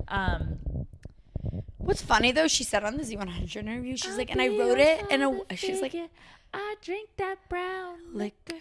I can make deals with the devil, but my dick's bigger. I don't think that was the right exact melody, but it was close. Yeah, but she said on the Z100 thing, and she's like, so she said in a lot of places, like, yeah, I can relate to both sides of it, which I agree. For sure. But then on Z100 interview, she was like, yeah, and I wrote it in a way, and like, which you don't know and it was which side I'm talking about. Like, you don't know which one is me. And I did that, and I created that by design. And I was like, Taylor, sweetie, I know which one is you. You are you have the biggest dick in town. Literally, nobody thinks that you're the other side of that. No, I agreed with you when you said that you were at one point. Yeah, right. But nobody's thinking like which perspective is Taylor speaking. And like, I was like, almost like, I think that even Elvis Duran in the Z Morning Zoo didn't even like acknowledge, like react to that, because it's like, no, I don't agree. Right. And the so this is one of the ones that I'm, again, with going to see what she's like with the movie and seeing what she said about it. We said this last night when we were talking about it too, but like, I see people trying to bring this to a specific person, Olivia Rodrigo. And while yes, I get it, I think for this one, it was truly written on a broader scale.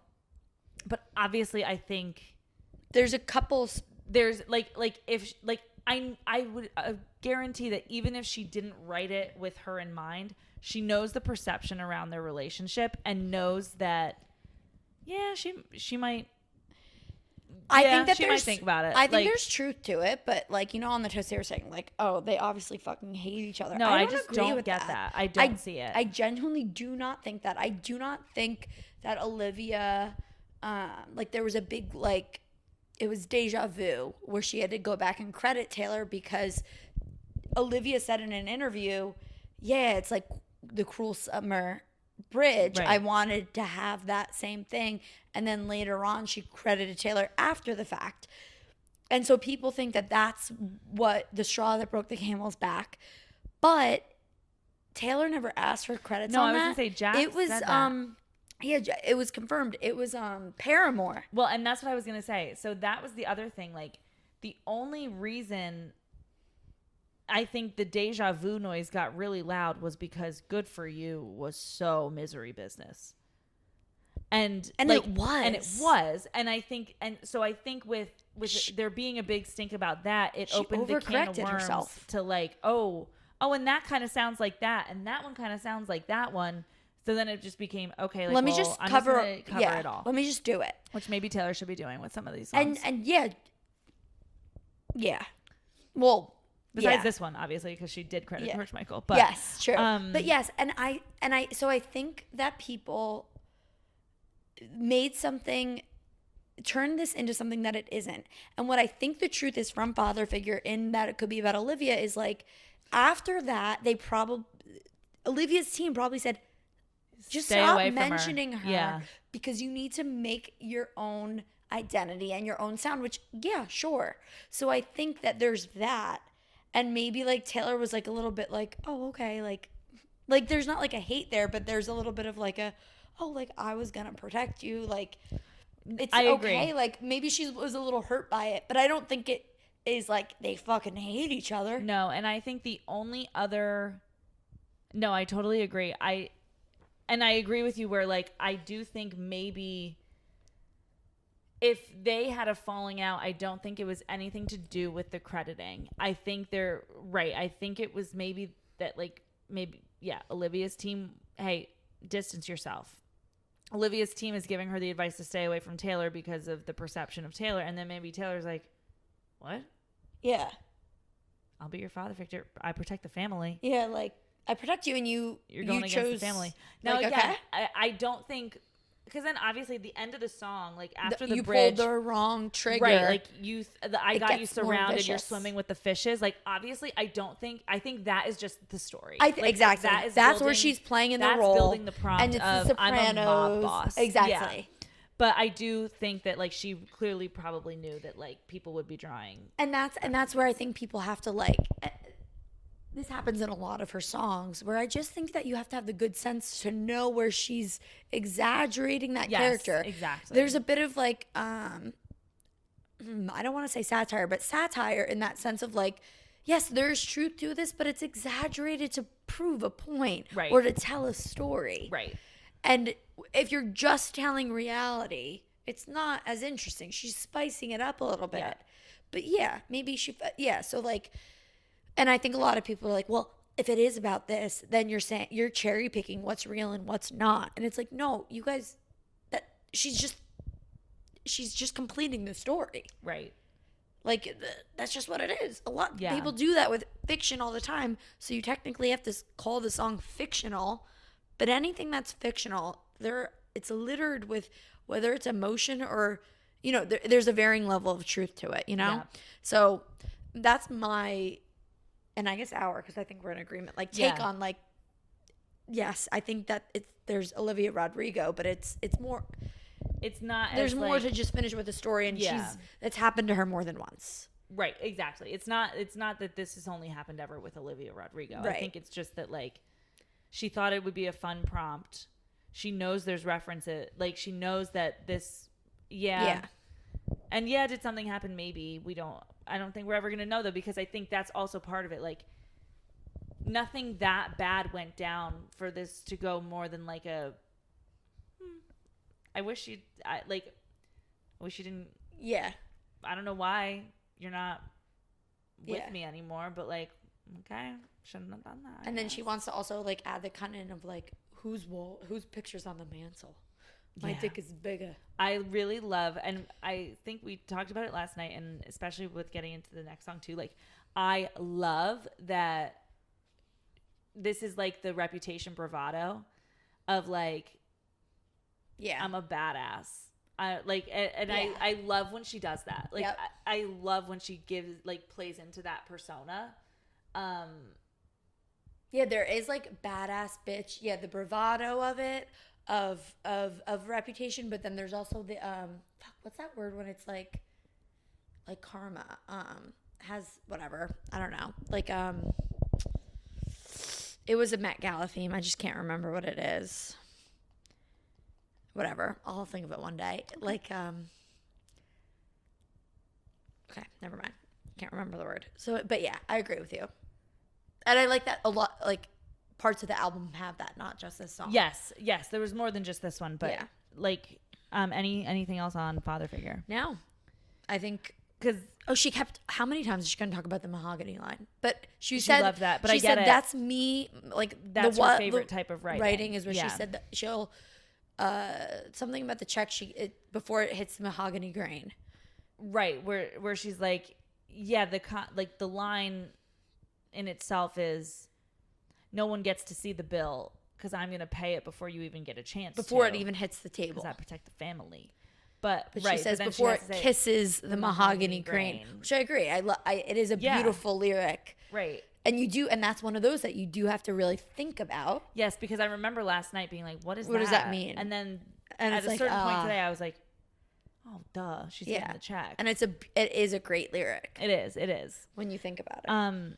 So the Track the reputation bravado of Father Figure like kind of leads into exactly the opposite for exact. Eldest Daughter, track 5, where she basically just, I'm not a bad bitch.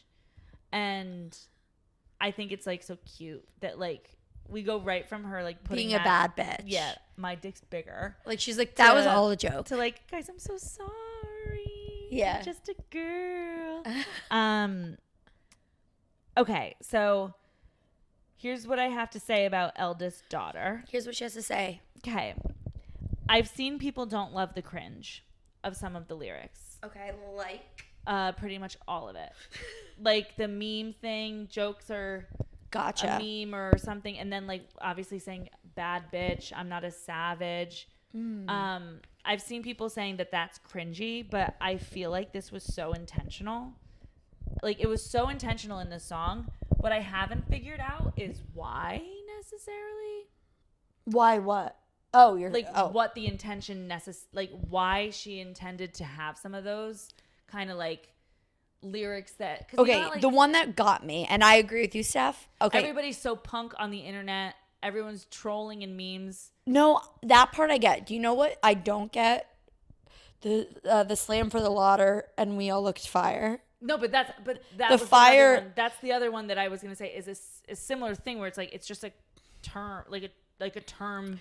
No, I know, but the beginning ones make sense to me because they fit in the place for it. She's saying everybody's acting this way on the internet, but it's all a facade. But I was a slam for the lauder, and we all looked fire.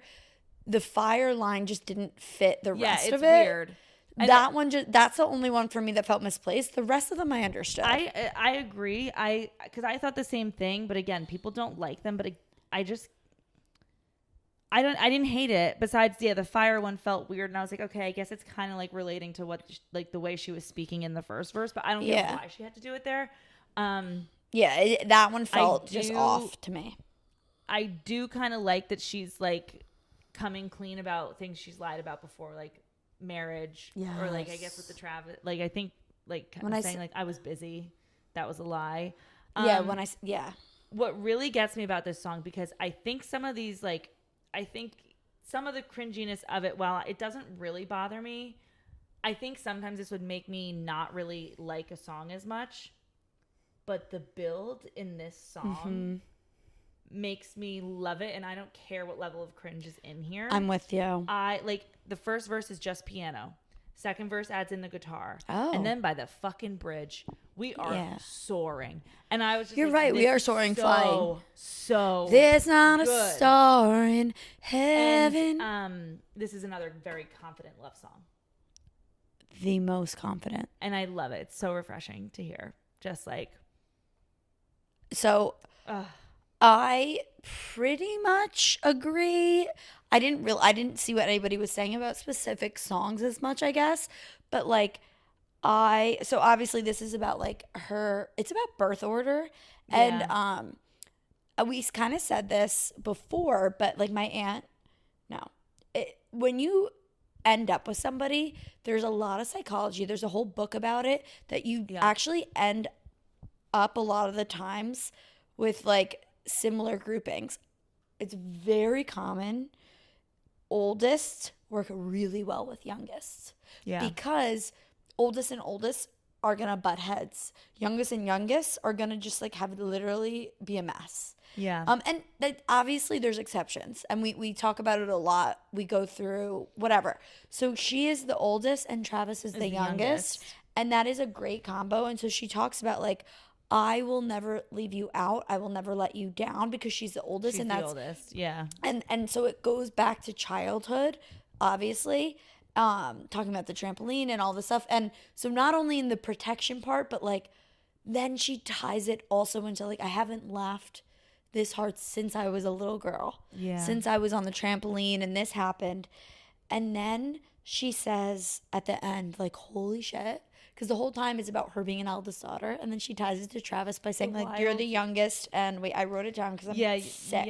The wild. You were raised in the wild, but now you're home. Because the youngest are always, like, wild and crazy. And, like, they literally just, like, fit together so well that she's like, I know they just complement each other. And then this goes back to what I was saying before of like they make each other better and they like she's more her with him and vice versa.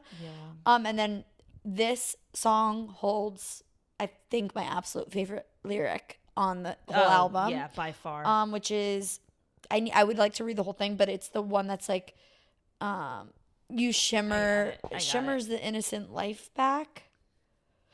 Things I said were dumb. The things I said that were dumb because I thought I'd never find read that. the whole bridge for us, yeah, okay? Shimmering that innocent light back or something. We lie back, a beautiful, beautiful time lapse. Ferris wheels, kisses, and lilacs, and things I said were dumb because I thought that I'd never find that beautiful. That I'd never find that beautiful, beautiful life that shimmers that innocent light back like when we were young. That right there. That is the key. That is the most beautiful thing that rips, like, not rips, but like makes me want to sob in the best way possible. Me too. Because it is so true. It is so full circle. When I guessed what it would be about this album, remember I was like, it's something about like full circle and coming home. Do you remember when I said that before we knew what it was called? Yeah. Because I was like, because think about it. She has her album and with Travis and the alchemy, it's going to be full circle somehow and like coming back home. And she literally said that about Travis. But the innocence, it's the purity, it's the stripping it back to who they really are. And that's what she said. Travis makes, everybody says, I'm just the most me they've ever seen. Yeah. Because it's shimmering that innocent light back. Oh my God. It also reminds me of Timeless somehow, the song. Yeah, people have said, well, there's something about it. It kind of makes sense, I guess, because in a way, like, she, like, again, it's a refreshingly confident love song of like, I'm never going to leave you now. And I'm never going to break that vow. Like it. And I feel like with Timeless, obviously, like there's in a way, and there's a finality. I'll find you in every lifetime. Yeah. So like, we're good. It is what it is. Like I'll get ya. There's a sense of finality in the song. Of yes. And I think what I love about it too is that like, she wrote this so long ago. Before they were engaged, obviously. Right. And she's talking about vows. Love that. That, like, she felt this and knew this was where they were going. Yeah. And it's like, she might have spent 6 years with someone else and never did that. And slowly lost that thought. Yeah. It's just, it's like so, it warms my heart to hear. I love this song. Fucking beautiful. Okay. And I was never expecting. Number six. Oh, actually, one thing I do want to say about the like eldest daughter cringy things, like the lyrics and things. I think part of that is because people are very thrown off that it's the track 5. Oh, okay. I think if this was like in a different place, I don't know if maybe people would hate on it as much, like on that piece of it as much. But I think since people expect track, and I still think it is the most obviously like Vulnerable. vulnerable on the album for her. But I do think maybe some of those lyrics people don't expect out of a track 5. Like they expect this deep, like, and again it is, And but it like is. they don't expect to hear memes way. and trolling and fire, you know, like we looked like they don't expect that from a track 5. So I think it's getting again more criticism because it's the track 5. Right. That it, you know, I think that's part of why I people agree. maybe think But things what about it. what I'll say is like this is actually one of the track 5s that only track 5s that immediately I'm like, I get why it's a track 5 and I fucking love it. Sometimes I do it too. takes me a while to come around on a track 5. Yeah, I didn't like You're on Your Own Kid was remember? my least favorite song. And eventually The first time I loved listened to it. Yeah. But this is one of the times that I'm like, oh, I'm so with her. This is totally the track 5. Especially with the rest that's on here. Yeah. It 100% is. Yeah, okay, Ruin the so Friend. 6, Ruin the Friendship. This is the other one. This was the confusion. This one was the real confusion last night. And Taylor turned it around. This is the other one that Taylor helped us with in the movie. Not that we like knew what it was about, but she definitely, this one I think more than even father figure is more general of like the feeling of reminiscing on the nostalgia of like high school versus like she actually had a crush who passed away recently and she would keeps coming back to, oh, I should have kissed him. I think that piece of the song is to give it more like to emphasize her point. Yes. Of don't live with regrets. Yeah. And like I wrote down the my advice is always answer the question better that than ask it all of your life. And I think putting the grave and going home and like whatever, I think it's just to help hammer that home where it's like, don't live with regret. I agree, but she said like this is about like a bunch of different things. It's not about one person, it's about a bunch of different whether it happened to me or I saw somebody going through this when I was in high school, like all these things that I saw. But I will say I do think the call to Abigail and like the somebody dying, I do think that happened because otherwise why would like I do think all of this happened during the Eras tour that she wrote it, right? Like this was all going on behind the scenes. So obviously something happened that made her reminisce back to that. And so I do think like maybe she did find out somebody died. A lot of different people. And I could see that where like maybe like Abby was like, oh, did you hear this person died? And like, that's what made her reminisce back. Totally possible. Is what I something had to have happened because otherwise it doesn't fit. But I also, because she did say, she was like, it's bits and pieces of like these people from that time. Yes. And, like, whatever. So I don't know. I could go either way with that piece because while I do think obviously like I think that Abigail calling and telling her what's going on about like different things she's finding out from high school is totally true. Yeah. I could see it being that someone had died, so she just kind of uses that as like a device in the song. However, obviously we know she wouldn't go home. Like the piece of like I went home said to the grave thing. Obviously I don't think that is real because I think she's again just emphasizing the point of like carpe diem, live in the moment, don't live with regrets. But would she use someone actually dying if that was real? That's why I think Similar that last night when we were like, wow, somebody like that's why I killed think that themselves and she's singing about it. Right. And we were like, that's harsh. And then so we were like, I can't believe that. But then now it's like, okay, that was more general. Like, but maybe that. But that's also why I think it might be. Like she wouldn't make like. Yeah. Like she might have done that, but the flashbacks that she's having aren't about that person, but it is about like, holy shit, I can't believe that happened to that person. I want to go pay my respects.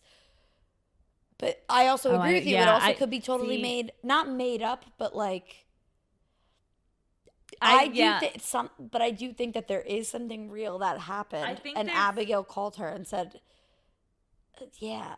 I don't know. I think there's obviously because I agree. Would she then make something up that someone died? Like then the person. Well, no, but like, well, right. Like so, I I'm not on board with you on that. I don't think someone died. Well, again, Actually, no, I do think something. You know what? I'm going back. Somebody did. Abigail probably did call her and say somebody died. But a lot of like this is really fucked up. But a lot of people die like from unfortunate ways. yes, And so she probably didn't go back, and maybe it wasn't somebody that she was close to, but it was somebody Right. enough that like we don't know. no, I could see that piece, but yeah, But she didn't I could see actually go that. back. No, yeah, that I don't believe. And in it might not have been suicide, suicide. She just there was an implication that it yeah, was. that we But that's asked probably you- not actually what happened. right. Yeah, I could see it being that where it's like, oh, did you hear so and so died? Like, Right. like, but then part of me is like, I think, again, it's like, yeah, maybe. I mean, maybe like someone really died, but I do also think it fits so well with like pushing the point home that she closes with that I could also see it just being like, because like you said, everybody gets those calls. Right. That's why I think it did because maybe it again, did, without it, it doesn't make sense why it would fit on this And album like why she was reminiscing of behind about the things. scenes. Yeah. Of like the Showgirl. Like it's because it happened while like Yeah. wow, I'm out here like woohoo. And then behind the scenes, Abigail's like, oh, this person died, and now she's thinking back on life. But anyway, all that to say, I was back and now forth. I don't like it as much. I'm back on not. Well, no, it's still no. I was back and forth with this, which is funny that you just said that because I was like, I don't like it, I like it, I don't like it, I like it. And then Taylor Swift said that it wasn't as literal, right? That it was Right. not like that it was about many people. And she And said hypothetical. and she at a said like certain because point. at that time when you're younger, like you think every Yes. step you take is the most important, and if you go the wrong way, everything ends. And then she's like, and it's just like nostalgic for high school. And then the Yeah. song played, and I literally all suddenly like had a wash over me of like being Yeah. at like high school football games and how exciting it was, and like the senior like 15 by Taylor Swift, Yeah. but in a happier way of like, oh, and remember this, and like remember when you were at prom and you looked at that guy and you had a crush, and it suddenly jumped. Yeah, this has been the absolute biggest grower for me. Also because I do love the sound of it. Yeah, the Like, melody, like the melody yep. is fantastic. So it does just, and like even this, it sounds nostalgic. Like once It's she said it, I was literally like, oh my God, she's yeah. so, and again, guys, the genius. She's so good at making the sound right, feel like you feel the way that she wants you to feel. right. No, I was just like, oh my God, And that made me love it more. And like it is definitely the biggest grower on my list. Yeah, it's the biggest. Like I'm like whiplash song for me. yeah. Like of like, not even that I don't like it. I never didn't like it, but yeah, yeah. I'm so Okay. interested to see where it lands in the Me future. too. I mean, it's scary. Okay, so number 7, actually romantic. Actually, romantic. Okay, so first of all, I just want to say this. We don't have to analyze it for longer, but I really, every time I hear it, want to go on a beautiful. It sounds like Beverly Hills. Yeah. And I just wonder, and I want to throw this out there if anybody wants to comment it, because I haven't seen anyone say it. Like, is there a world in which, like, not that she's doing a sample of it, but is there any intention to have that vibe? Because living like a celebrity, give me. Is there any intention of connecting that, or is it just like totally? My brain is just taking me that it sounds like it, and that's that has a similar sound because of what it's about or who we think it's about. Charlie XCX and I think it's the Maddie Hilly and all that yeah. vibe. Is there a connection to that? That's all. Yeah, I don't So- know. It could be. But yeah, so I know. Could be. But and I was gonna say, besides Beverly Hills, I also think, especially at the end, it does sound like it gives off Olivia Rodrigo vibes. Oh yes, people. Because like the way she like sings part of it, it's part like when in Olivia's song, it's like, you don't feel remorse, you don't feel the effects. Like the way her voice Yeah. her voice is, whatever they did to her, distort her voice in that, Taylor does it here. And the grunginess of Yeah, like Olivia, like the darn Yes. is something Olivia would have. Agreed. So yeah, yes. So In general, obviously the like Charlie, sorry, but also fucking hilarious. yeah, it is. I do think this is such a funny funny framing of the hate she gets. It is. Or like of like the obsession people have with her. It's like such a funny and like great way of looking at it. And like even with the bridge, I don't remember what she says, but it's like, you think I'm tacky. Oh, I wrote it down. You wrote it down. Good. This maybe is my second favorite lyric. Yeah. You think I'm tacky, baby. Stop talking dirty to me. I forget how it goes, but stop talking dirty to me.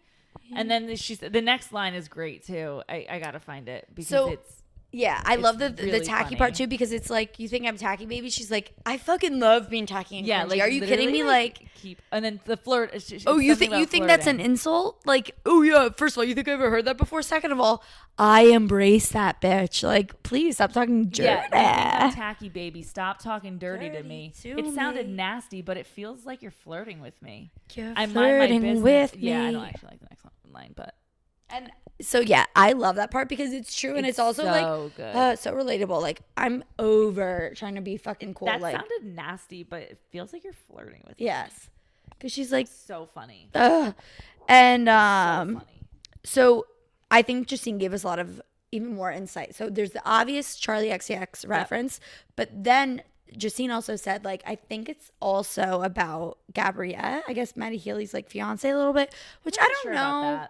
I don't necessarily agree with her, but I didn't know that Charlie XCX was in relations with somebody from the 1975. Yeah. So I was like, oh shit. Right. Everything just like makes because way that is why more the sympathy with a knife. Like, why are you at my boyfriend's shows? But I never even heard the song. I just knew that. I knew the like what she said the song was about. I never knew the specific lyrics, that it's like, no, it's obviously about Taylor. Yeah. And then what I also want to say is, people are like, well, you know, that was about Charlie being insecure and Taylor's punching down on her, when like Taylor doesn't need to do that. She was feeling insecure. The song is not about that specific. Taylor's song is not about sympathy as a knife. She references You Wrote a Song About Me. But she's saying she knows that Charlie is talking shit behind her back in other ways. Boring Barbie. Yes. Yeah. And I think this is one of those ones also where obviously this is the most direct call out we have here. Besides songs about Travis. But I think she kind of has a right to do it. First of all, sing whatever you want to sing about. Mm-hmm. One, musicians sing about each other all the fucking time. Two, I feel like with Charlie XCX being a former opener for her, similar to like the father figure, like, man, you could have had a good sticking with me. Yep. But you've actually turned against me versus like if Olivia is like a hint of bad blood somewhere. It's not that she's anti-Taylor. It's just that she's distanced herself, which maybe is like, why? Not cool. But like Charlie is actively. Yeah. No, you chose this. Well, and remember she did that promo for Brat with like the cut off, the severed hand with the friendship bracelet. And then I hear people saying that, like, and I agree. Like, it was right after either the terroristic threat in Austria, the Vienna shows that she had to cancel, or it was after those girls were killed at the. Died. Yeah, that were killed at a Taylor Swift like dance class, like those little girls. Oh! It was I thought you meant the people that died of heat stroke. And no. I was like, no, they didn't get killed. They just died. No, and it was just one girl. It was just one girl that died. Yeah. But no, it was the little girls that were like, it was like a Taylor Swift dance class or something. So it was after one of those. It was either the Vienna shows getting canceled or the other one, and that happened. And people were saying, and I agree, like that whole thing was obviously planned before that happened. So Charlie was not doing that because that happened, but she didn't stop it, knowing that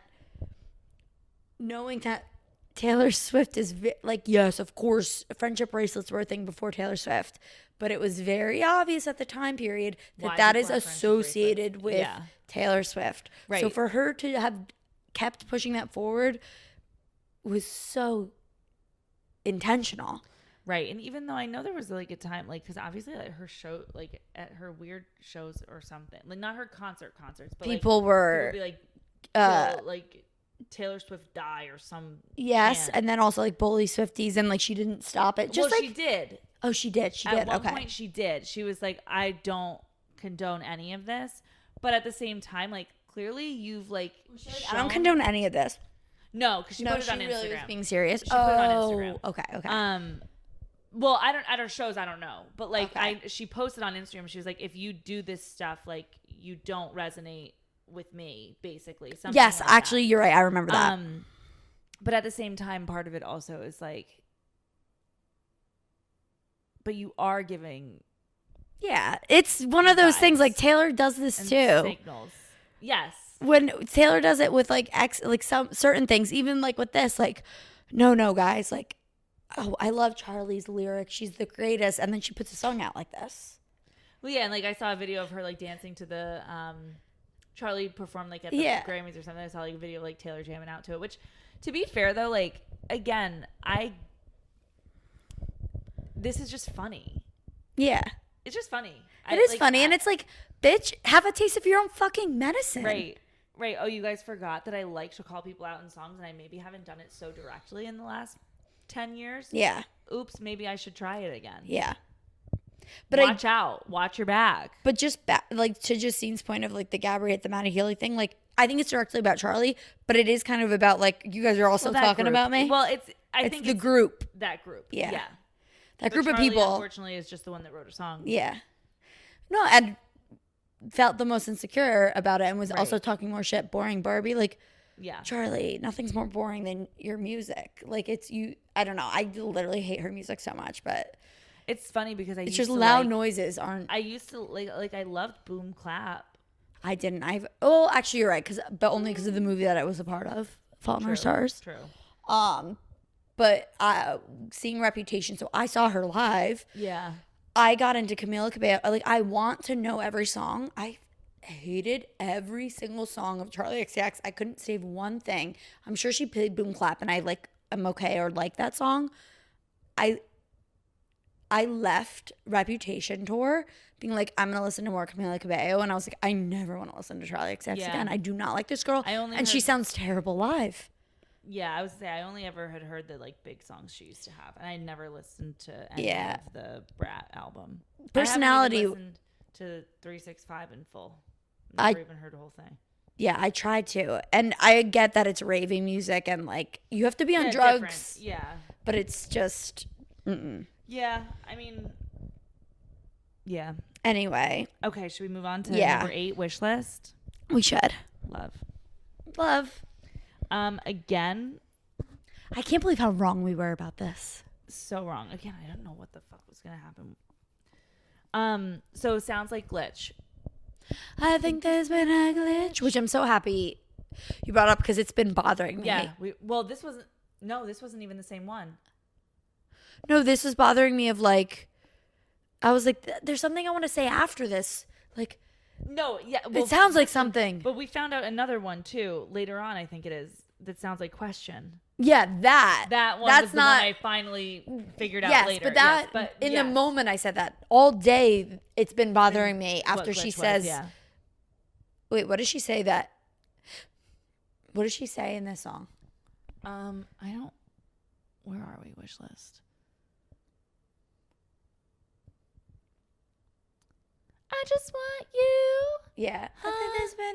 Yes. Yeah. All day. I'm like. Kids get the whole block looking like. Now I do wonder if there's intention there. I haven't thought enough about it to know, like, if there would be like, is she intentionally trying to call back to it? But yeah, it does sound like that. I love the part boss up, settle down. Yes. It's so catchy and it tickles my brain. Ryan was like, ooh, it kind of sounds like she's rapping, like and I knew Ryan would love this, the basketball hoop thing. And he did say, he's like, what's the song about a basketball hoop? Oh, this is the one Ryan, my husband, was like, is he Taylor Swift? Maybe. Guys, for the past 3 days, we've just been driving by houses because that's what happens when you drive in neighborhoods. And he's like, I just can't wait till we have a driveway one day. Like, he's like, not even a house stuff. He's so like, funny. I just can't wait till we have like a driveway. And like we love where we are. It's not any knock to it, but he just can't stop saying, I can't wait till we have a driveway. And what else can he wait for? Never. He's like, I can't wait till we have a basketball hoop that I'm going to teach my kids when to. He's not going to want a driveway? When he has to shovel it. When he has to shovel it. Yeah, no, agree. And it won't be me. But well, right. I just actually can't believe that Ryan just talks about randomly in the past couple days has been obsessing over wanting a driveway, and always he's wanted the basketball hoop and like teaching our kids how to play basketball, our future kids, and that's literally what Taylor Swift wants too. Like, am I Travis? I thought Ryan was Travis, but maybe it's me. Maybe it's you. Wow, it's just great. It is. It's great. This song is awesome. I do love how many alternate futures she gives for people to like choose your own adventure on, but while also being like, but this is the one I want. Yes. In the chorus, and I love the chorus. The bridge when she says like, I just want a best friend who's hot. Hilarious. Oh my God. And also when she goes, wow. Yes, I have that too. I crack up every time, I love it. So I love a few lines in here. Like, I thought I got it right once, twice, but I did not. I hope I get what I want. I know what I want. Again, the confident, like, I know what I want. Yeah. And like, I'm loving the confidence she's got in the relationship. And then I do like the wow is so funny to me because like, especially in juxtaposition of like, it basically being like, they leave us the fuck, like we asked them to leave us the fuck alone and they do. Wow. Like it worked. Yeah. Never in our wildest dreams would we think that they will leave us alone. And like, wow. Holy shit. Wow. It's so fun. Okay. And also guys, her wanting kids, but not kids, guys. Her wanting kids where the whole block have a couple kids and the whole block looking like you. So cute. She wants a million kids. This one is one of the ones that the people didn't love because it was like, oh, she's like, you know, traditional like MAGA trad wives. Everybody wants to get married and have kids, which is like so crazy. And I'm like, but she literally references a choose your own adventure where you just have 3 dogs and call them your kids. And like that's great, and I want you to have that. You to have that if you want it. Like I'm like, she's allowed to have what she wants. Different option. Like I'm like, this is so insane. Ugh. But it's so like ooh, yes, and I love it, and it's me what too. and she threw us for a loop with what it was about. Yeah, I love.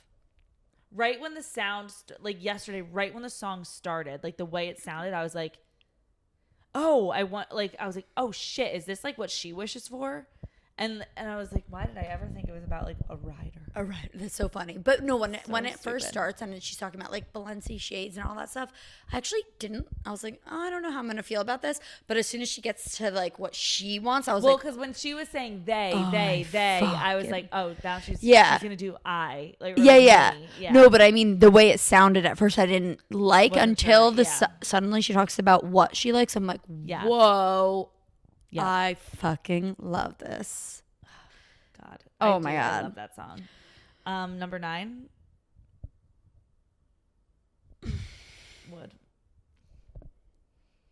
You guys. I fucking love it. I knew it was going to be about more than one type of wood. Yeah, right. And it 1000% is. Holy shit. I can't, like, here's the thing about this song. Obviously, it's like so wild and like fun, but it's so fucking catchy. Like, I like unbelievably when it comes on, I'm like, literally 2 minutes and 43 seconds. Every fucking jamming. Every fucking second. There is not a moment. Nope. In time, there's not a word, there's not a moment that I'm like, well, that wouldn't fit. It is like perfect, and it's sexy. I love it, and it's funny, and it's Sabrina Carpenter, and yeah, it's like wow. She went into Sabrina Carpenter's bag for this one, and it's so good. Wow, it's so good, and again, it's confident. I ain't got a knock on wood. But it's also like it's Sabrina, but it's not like No, in the sense like, that you like even us listening the first time. I was like, did she just say thighs? And you're like, no, she said eyes. And then I've seen a couple people. We heard it on on the podcast, and then people like not actually even realizing what it's about. No, because she does the knocking on wood at first. All the superstitions, like he loves me not on a flower, like step on a crack, black cat, like she does all like to make it sound like a superstition song, and then it's just hits with the penis. And then it's about the redwood. And the manhood. New Heights, manhood. Oh, the reference to New Heights. The hard that rock. Last night we didn't get at all. Like no, not until the lyrics. We eventually got the penis part. But we did not get the New Heights until we saw the lyrics. Again on the floor. So all I'm thinking about is Jason talking about this on their next episode and him being like, having to bring up the fact that New Heights got a shout out, but like how is they already have like one of the producers like screenshotted it, said like the New Heights like in the lyric thing on Spotify, but it's so funny because it's like because it literally says New Heights manhood. I'm dying. I can't wait for Jason to be like, what is this? So what's either saying like, so can you just tell me like we got a shout out? Could you tell me exactly what that was about? Or to say like, yeah, so I was listening and I really liked Wood, but then I had to skip it. Right. So, yeah, I was going to say, so Wood was also... Wait. I feel like Wood was one of the highest vibes in the theater. Oh. But because her lead up to it, like, she's talking about how it's about superstitions, and then she's like, yes, it's about, like, superstitions, and yeah. And then just, like, for 5 seconds, she's just staring at the screen until it goes to the song. And, like, I think she goes, laughing. and other things. Yeah, and then she just stops, which is just so funny. So we were all laughing. There was a 4-year-old there, and the mom just gets up and takes the 4-year-old out before the song starts. And, again, we're all like, everyone's laughing cracking up. That was, like, the highlight. No, me too. But the only thing I will say was I feel like the applause after it was not as loud as I was expecting it to be. I know. Because I was expecting us to all be like, wow. You know, like really excited. But when I was definitely like dancing the most in my seat to that. Yeah. And I heard people also throughout it giggling and being like, woo. But maybe you didn't hear it as much. Maybe not. So I think that the thing is like people were just like, I felt so much energy throughout the whole song from the whole crowd during the whole song that's why there wasn't as much applause after because we were all like giggling through the song. Ugh. It was so good. But it was also like she didn't have to take her 4-year-old out because you were like it's the clean version. It's the clean version, which I didn't think she would have needed. But still, you still got. Because I was like, it's not explicit, but it is, but it's not. There's no curse words, but it's. Well, I guess saying that the thigh part is a bit explicit, and that's the only thing she changed. Technically, is that's the only thing and that's the only like. Because how else would a 4-year-old know what Redwood's referencing? The hard rock. The hard rock was still. And another confident, like she knew a hard rock was on her way. Like ladies, I don't need it. And again, I don't need a bouquet to know a hard rock is on the way. Just like that, like I don't have to knock on wood about this relationship. I'm not afraid of something going wrong here. Where I need to like. I don't have to knock on wood. I'm going to sit on it. That's what. She didn't say that, but that's what she said. In a way. It's kind of what she meant. Yeah, I fucking love this song. It's so good. There's just... Thank God. Remember we were like, are we going to... Yeah. No, go ahead. No, finish your No, thought. I don't think I had a thought. Oh, because I was going to say, this one also is one that clearly sounds like Jackson 5 when it starts, and it's like... No, it was intentional. Like, not sounds like, it is. It's no, it I is know, a but like, sample. she didn't... Wait, she didn't sample it? No, I don't think so. Because I feel like she must have, because it's also like at first it's like I don't have to knock on wood. So it's, oh baby, give me one more. It's I want you back. So in the beginning it is kind of like I don't need to have to like beg for you back because I just have She doesn't you. have. But that's genius. I think you would have to like actually look on Spotify, which I would do, but my phone's between the crack of this couch right now.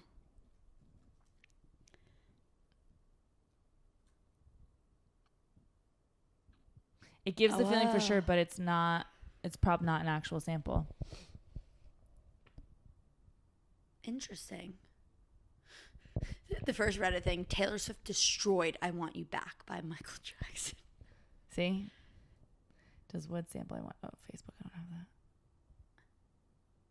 You don't have Facebook? No, remember it got hacked and then I never went back. Oh, I don't know. Um. Oh, wow, that's so interesting. I thought it was for sure because it's... No, because that's what I'm saying. Like, well, because that's what I was saying when it was like, oh, she sampled George Michael and like this big deal about her sampling George Michael. I was like, why isn't her sampling Jackson 5 being brought up? Because she didn't. I wonder... Or it's not listed as that. I wonder if there's like a difference in... like she had to... There are some songs that are just there and anyone can have it like up for grabs. They don't have to ask permission. The Jonas Brothers did this on their most recent album. They didn't have to ask permission. They're just there. I forget what they're called. So I wonder if for George Michael or whatever, she had asked permission from his estate. Yeah. But for this one, I Want You Back is just one of those that she can just grab. She didn't have to ask permission. Therefore, she didn't there didn't have to be a big deal about it. You'd think she would have credited it though. Yeah. I agree. But we'll see. We'll see what happens. Maybe she will We'll see. down But the line. yeah, no, Maybe it's she'll have exactly the the same thing.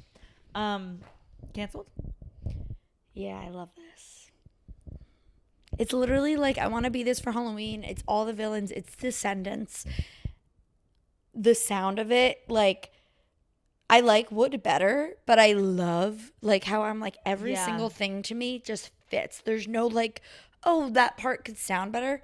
This is like, yeah, for me. The They'll Run reminds me of I Know Places in the song whenever they said it. I like that, like with the bridge and like after it's kind of like a fun spin on like you're just getting better at hiding what you're doing. Yeah, like if you can't be a good person, just get better at hiding it. I really do. This is the other one with father figure to me that has the bad bitch reputation energy, and I love it. I like what's the outro? I said I love the outro, but I don't remember what it is. We were talking about canceled, yeah. Yeah. What were we saying? I don't know. I think I went through all my notes because I'm already on to my last page. Just in case we can't make an easy edit, the battery died, so we're trying to remember where we picked back up with from canceled, just in case we can't like really cut it well. So we're not trying to fool anyone. We're being real. Yeah, we're being real. The battery died. We put a new one in. So I think you were asking like how it ended, but the melodies.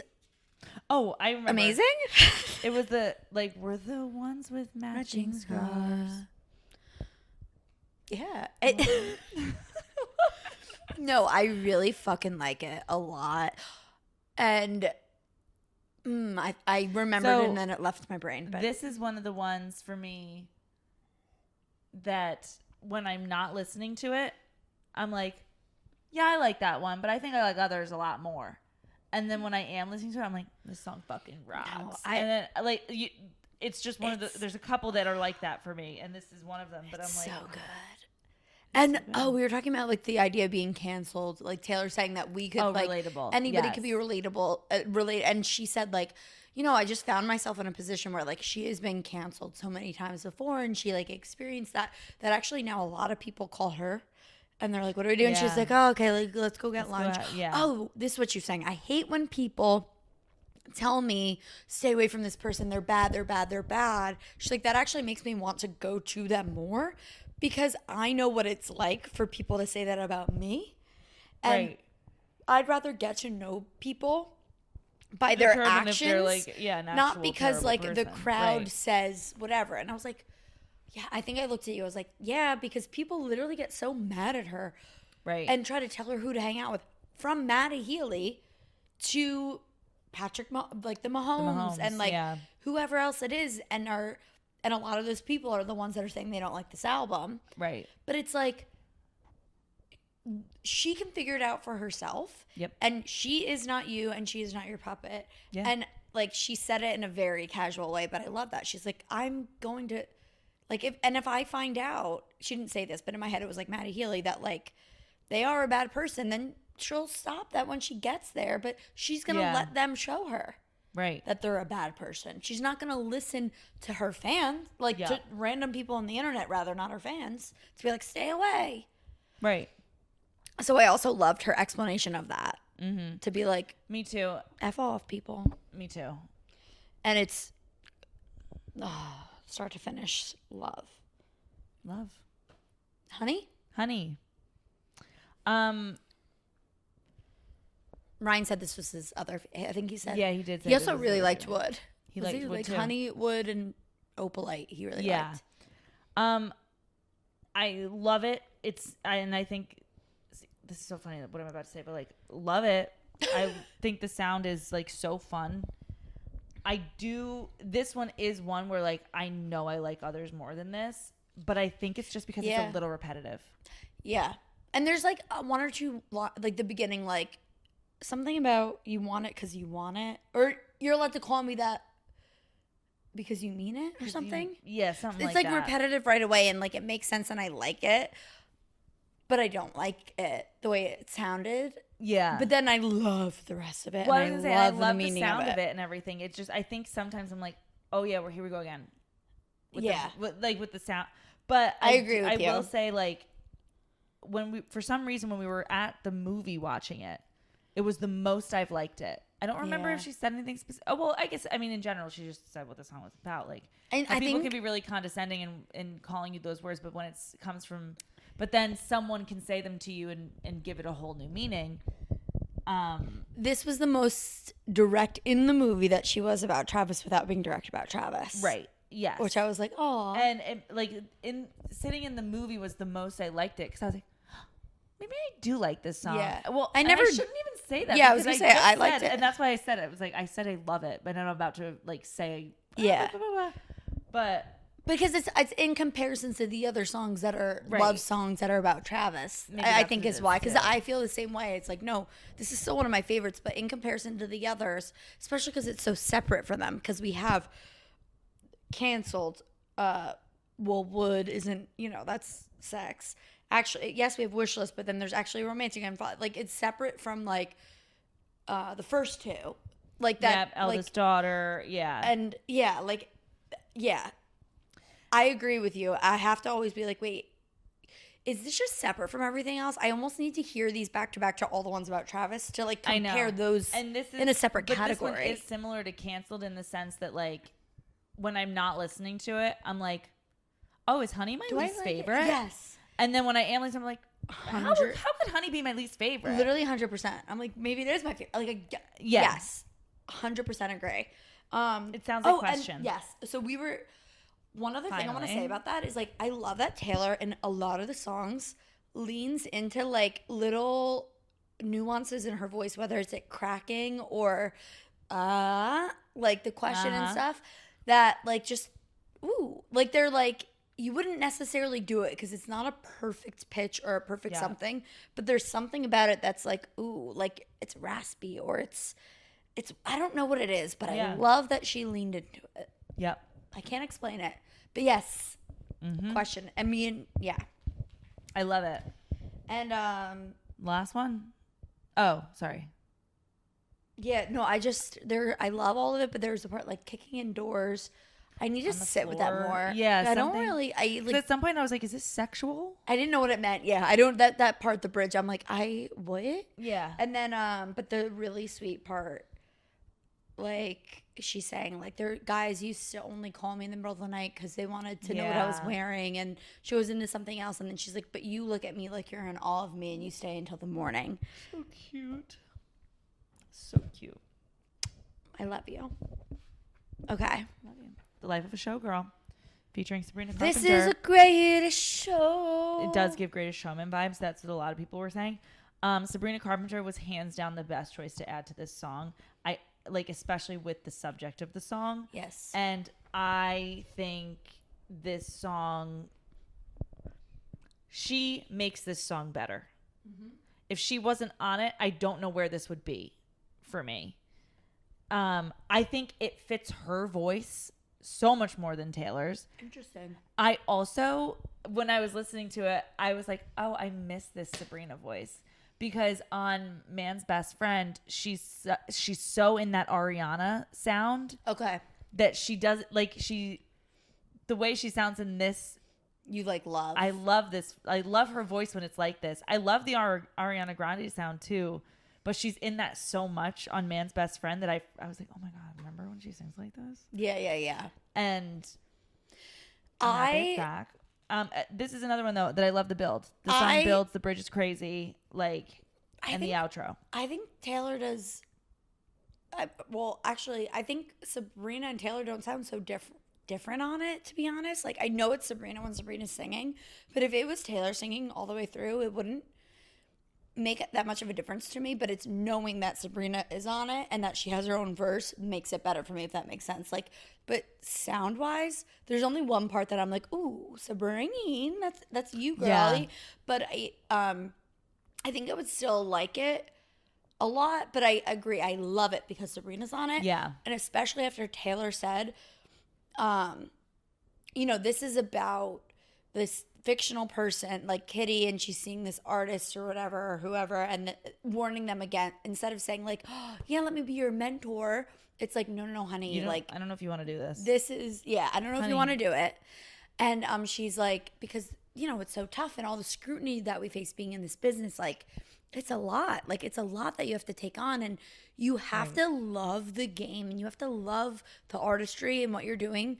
It has to override all the shit that you have to deal with through the public, through the business end of it, through all of it. And she's like, there's nobody better than Sabrina, because Sabrina just has the temperament to handle this. She was literally built for this life, where I think Taylor herself didn't say this, but I think what she meant is like, I had to learn to be built for this life because of how much I love it. Sabrina just like, it clicks. Gets it. And I think we all see that with her. She is a pop star. But the way that she's dealt with all the scrutiny that she faces, where she's like, whatever. Here we are. Like, no, I agree. Like Sabrina, sorry guys. More than anyone I've seen recently, ever maybe, obviously, because doesn't seem like it bothers her. She just gives off she's an effortless pop star. Yeah. And it's not that she doesn't try. Yes. But effortless and like personality.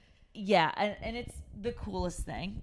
I love it. It's built into her. Like, that's just who she is. She was meant to do this. Yeah. Like, it more than, like, because I think, like, to your point, like, I think Taylor probably could have easily at some point, like, been just the songwriter, like a songwriter. Yes. Giving songs away. And Taylor's too soft for all of it, as she said before. And right. Taylor Swift had to go through so many years to get where she is now. And I think she's almost saying, like, Sabrina is where I am now. And she learned it in a quarter of the time that I learned it in. And I also feel like, to that point, with all of the driver's license stuff that Sabrina went through, like, in 2021, was it? Like, she was 20. She might have been 20 when all this was going on. And I do think there was a part of Taylor that maybe saw the hate that was going Sabrina's way and was like, I'm going to take her under my wing too, almost. Like I'm going to bring her in too. And part of me thinks, like, to your point, that, like, she was probably just floored that a 20-year-old could handle what she was going through the way she was. And Taylor was probably thinking, if this was happening to me when I was 20, I would be in a mental institution. Like, I would not be able to do this. But I feel like it just, like, made her be like, Sabrina is fucking it. Like, and I feel like it. And I've heard her want to advocate for the like, you're on my Eras tour, I love that I was like, no, I like really think that she probably was just like, how the fuck are you dealing with this? I'm 30 and I'm worried about it. Like, I'm worried about it for you. Like, but and Sabrina incredible. is that, and I love how it feels like The Greatest Showman, and then it's like woohoo, and we're all like clapping our hands together, and then suddenly, so it's like yes, it's the encore, and it's great, and you're throwing them the bouquet, and like the little girl, Kitty or whoever I forget, but it's like, oh, I want to be like you. It's at the end of the show, and that's how it feels. You feel like you're at the end of the show, and it's when everybody's giving you praise. But she's like, this isn't how it is. And then suddenly the pace picks up, and when the pace picks up in the song, that's when it's like, and all the bruises and and it's like, and so she's sonically trying to say like, no, this is really what it's actually like. Yeah. The bouquet part is literally just a blip. The rest of it is like this. Right. Quick, and then quick, they're saying, quick. and then they're both just saying like, yeah, we fucking love it. And completely on a side note, as everybody's been saying, sounds that the chorus is Cool by the Jonas Brothers. Yes. So that's like, no, the verse. oh, it is. Hey. Oh no, yeah, I guess it is the chorus. Yeah, it's the chorus. You're right. And it's weird because I personally feel like it's not intentional. I don't either. Because if she knew she was doing that, like, you know everybody's going to pick up on that. This is not an obscure song. This was one of their biggest hits when they made their comeback. And you are very much tied to the Jonas Brothers. Yeah. So you knew it was, if she knew it would be brought up, and we don't know what her relationship with them is right now after like Joe and Sophie, like all that. Yeah. So it's like, also because of who she is, she would not give them credit if it would ever be a problem. Do you know what I mean? Because like, obviously she knew, like, she's too smart to think that she could get away with that. Like, for so some I think reason, it was just unintentional. I agree. I also did not pick up on it until someone said it. Me, like, at same. all. Like, when I listened, but maybe it was because I was so like wrapped up in like knowing what the song was about and like. But like Sabrina, I don't know. Like, I did not. I think last night I knew it sounded like something, and I was like, it's like The Greatest Show, and I still think that. But I knew it sounded familiar, but I wasn't picking up on like, no, it's something specific. Like we knew it was, like we knew it was Jackson 5 the second that it was playing. This was just like, it's familiar sounding. But then when I heard it, when someone said it today, I was like, no, it's actually exactly the same. Yeah. Yeah. Like, I'm very curious to see what happens. And wait, guys, how could I have gone this long without mentioning? Oh my God, that's right. Oh my God, this song's about May. I forgot. It's so true. If you watched last night, you'll see my reaction. You're sweet as a peach. This song's about me.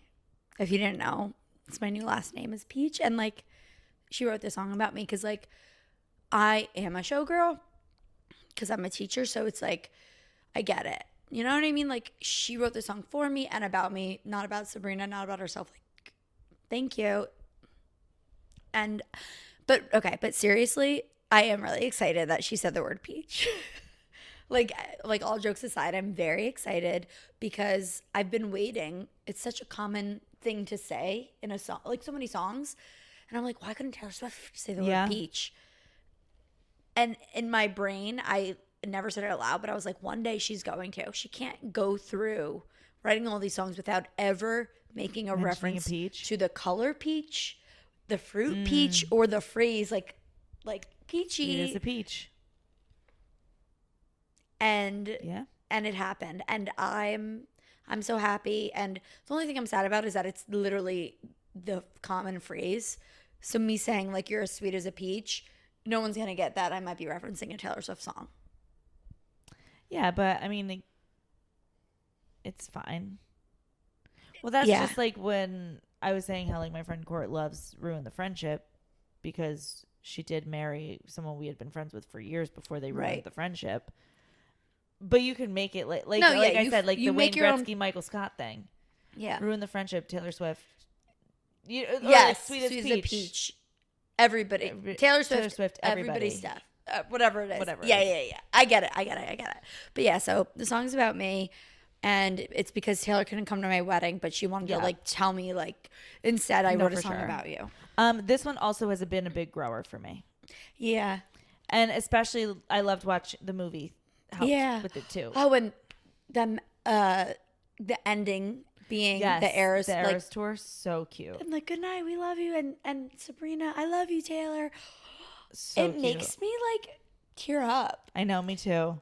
Because it makes me remember. And it's a perfect way, obviously, to end it. Mm-hmm. To end the album, everything. To end the entire album and to end the Eras tour. Because this was like her love letter to Travis. But she said at the end of that video, too, like, this was also like for you guys because it's the way that I felt. And yes, of course, it's made brighter and better because she found the love of her future husband. But like, right. But it's also because, like, if it wasn't for the fans and that brought her to the Eras tour, she never would have been in this place in her life to be this happy. So it is very much intertwined with, like, us, even though it was a lot about Travis. Right. And it's like, thank you. Thank you for not only being my fan, but for, like, allowing me to find this happiness in my life. Right. So Right. she is going to be, like, I'm just thinking about this now, eternally grateful, even though she sometimes hates her fans because, like, if it wasn't for the Eras tour, crazy. Yeah. It's this like weird, like, what came first, the chicken or the egg? Like, if it wasn't for the Eras tour, she would have never found Travis. But also, we came first. No, I know, but like her life would have been in a completely different path anyway if she wasn't that famous in the first place. You know what I mean? Like, of course, but just as simply put, if it was not for the fans, she wouldn't be where she is. Yep. In love. And of course in other ways. But what she's saying is, like, she's so fucking happy right now in her personal life. Yep. And that is tied to her public life. Right. Well, and I think that was one thing, like, obviously if you've listened to one of the morning interviews, you've kind of listened to them all for the most part. But that was one of the biggest things she kept talking about was how great this and happy and unconflicted she is about this album release, because it's not releasing Tortured Poets when you're in a new relationship that's wonderful. Right. Uncomplicated joy is what she said. Yeah. And it's like, no, I'm in the same exact spot I was last year when I wrote it. Yeah. Like, I'm still so happy. And like, I feel the same things I felt like when I wrote that. I'm in the exact same place. Yeah. She was like, it's totally uncomplicated. Is so interesting when you think about it too, because like obviously I know why she's saying that right now, like, because yes, she wrote it when she was with Travis. She's still with Travis. She's gonna get married. But it's also an interesting thing to think about when you think about all the other albums she's written. She's kind of saying this is literally the first time only time it's happened. Right. Like when she was writing Lover was, or I guess her and Joe were having problems when already. Lover came out. Right. We're having more complicated problems than that. The most uncomplicated she had ever written about Joe was Reputation, which was about when they met. Yeah. Then there's Lover, which is obviously a solid relationship, but like the cracks are, then by the time Lover comes out, the cracks are probably worse than even the glint of a crack on Lover. Then it's two completely, oh no, this isn't about me albums. And then Midnights is just like, what? Oh, these aren't about, again, not about me or specifically me. Like, blah, and she blah, couldn't actually talk about how much they were. You're losing me. Yeah.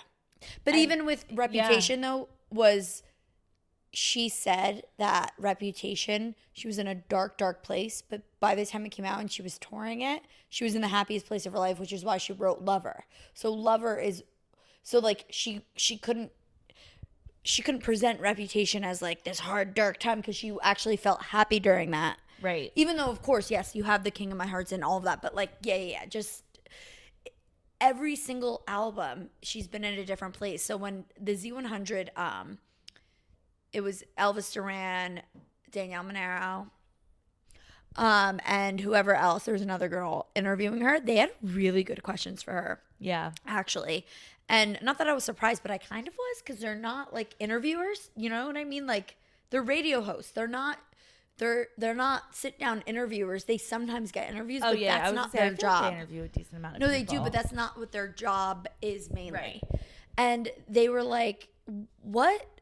You said it's uncomplicated joy. So what is complicated joy then in releasing an album?" And I was like, "Damn, great question." And that's what she said. She's like, a lot of times I release an album when I'm heartbroken, or I write it when I'm heartbroken, but then I release it when I'm in love.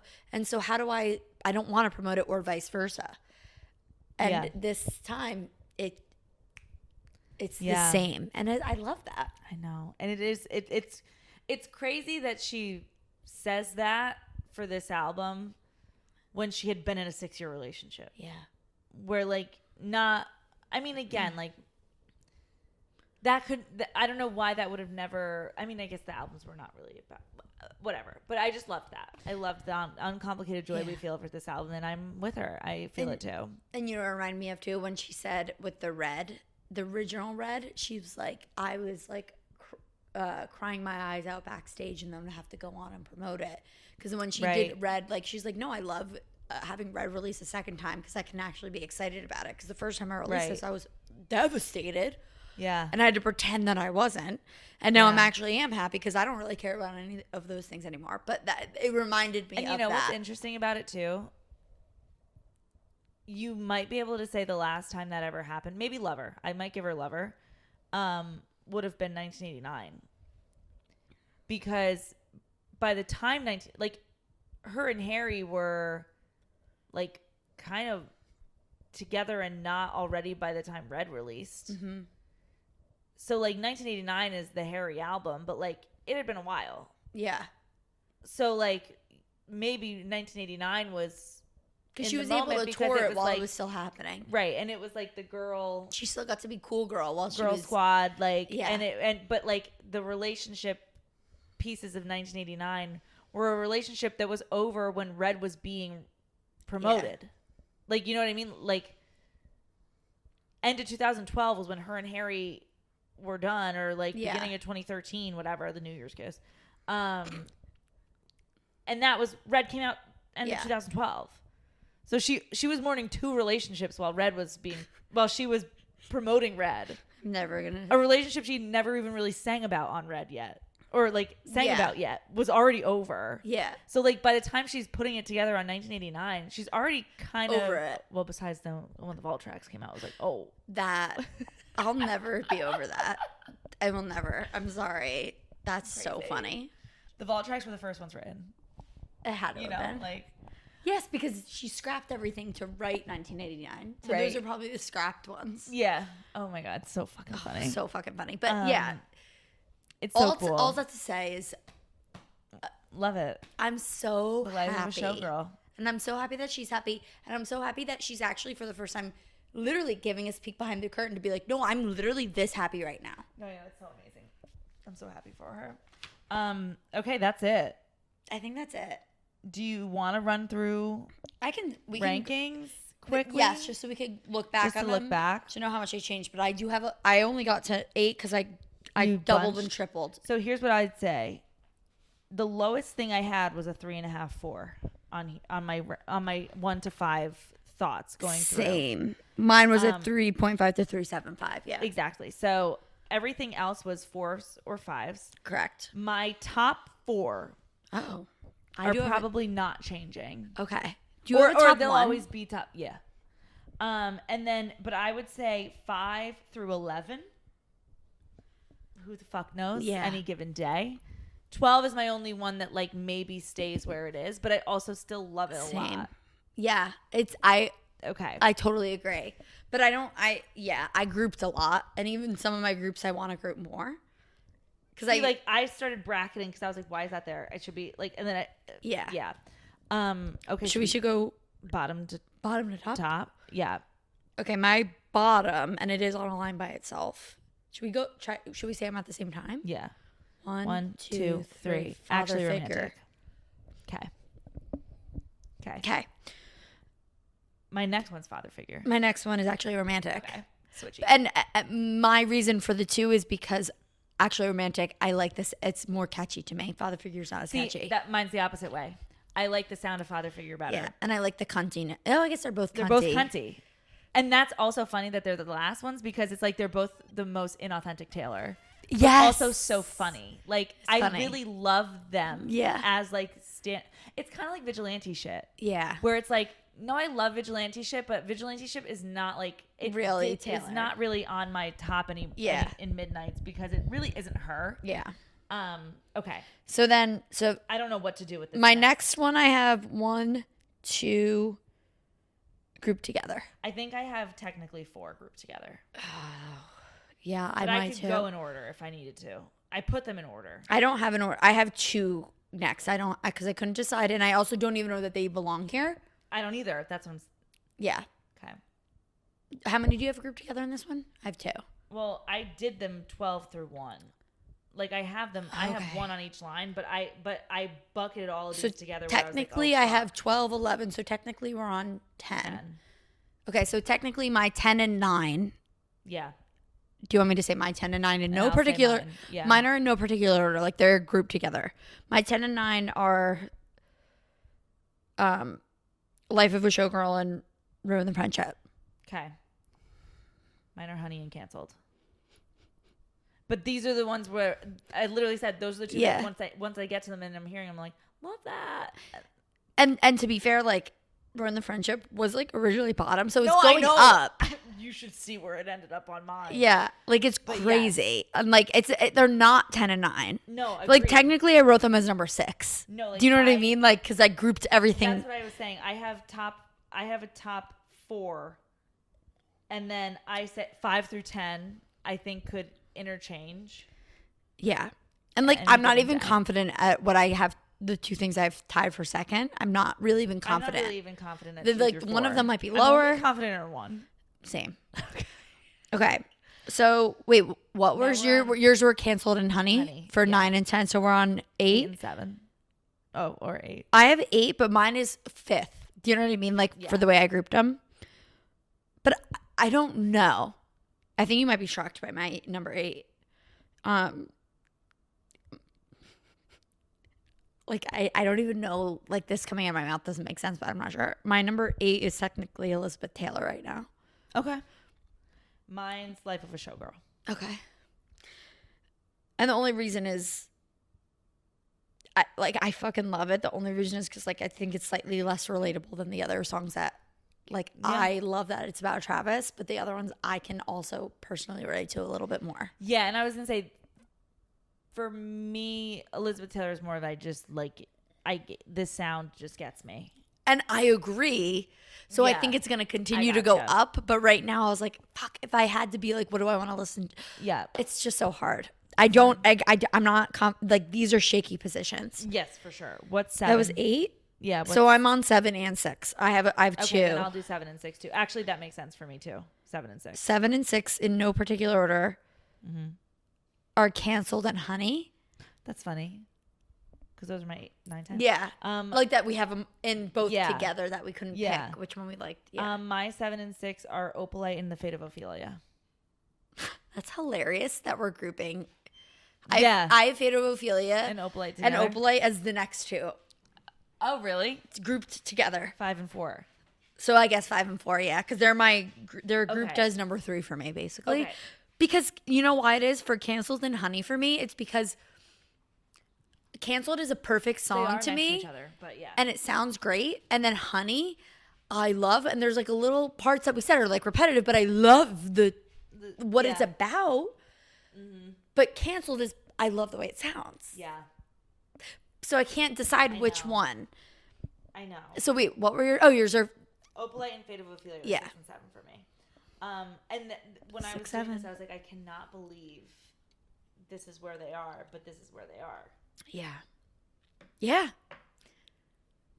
And Um, my next 5. so it would be 4 and 5 for me. Because my Okay, next I'll 2, do I 4 and just 5. because I just told you my next 2 Yeah.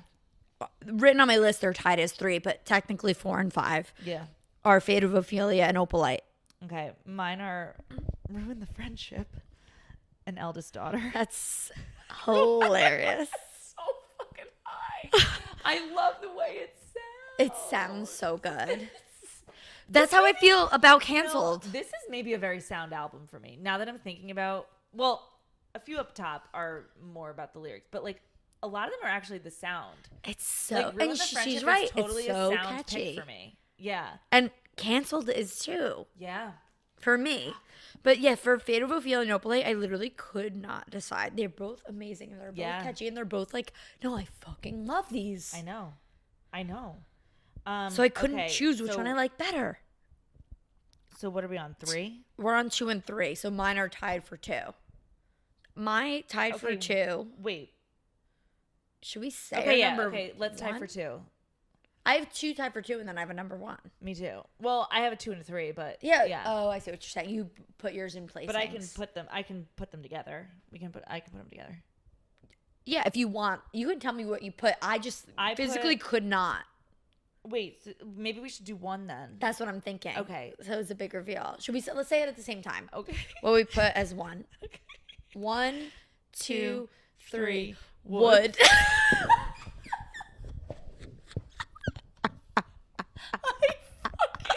I know.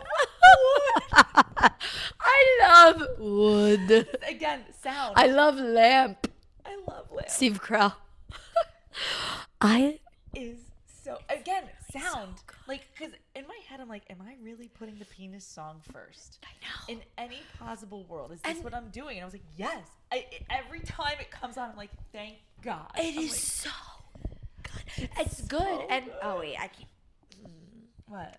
It's. I don't want to say relatable, but I do like. No, it is. Nicki Minaj said it. Nicki Minaj said it. She was like, "Wood is just like a fun song that like when you're in love, like it just it feels good." Take away like the explicit part of it. Yeah.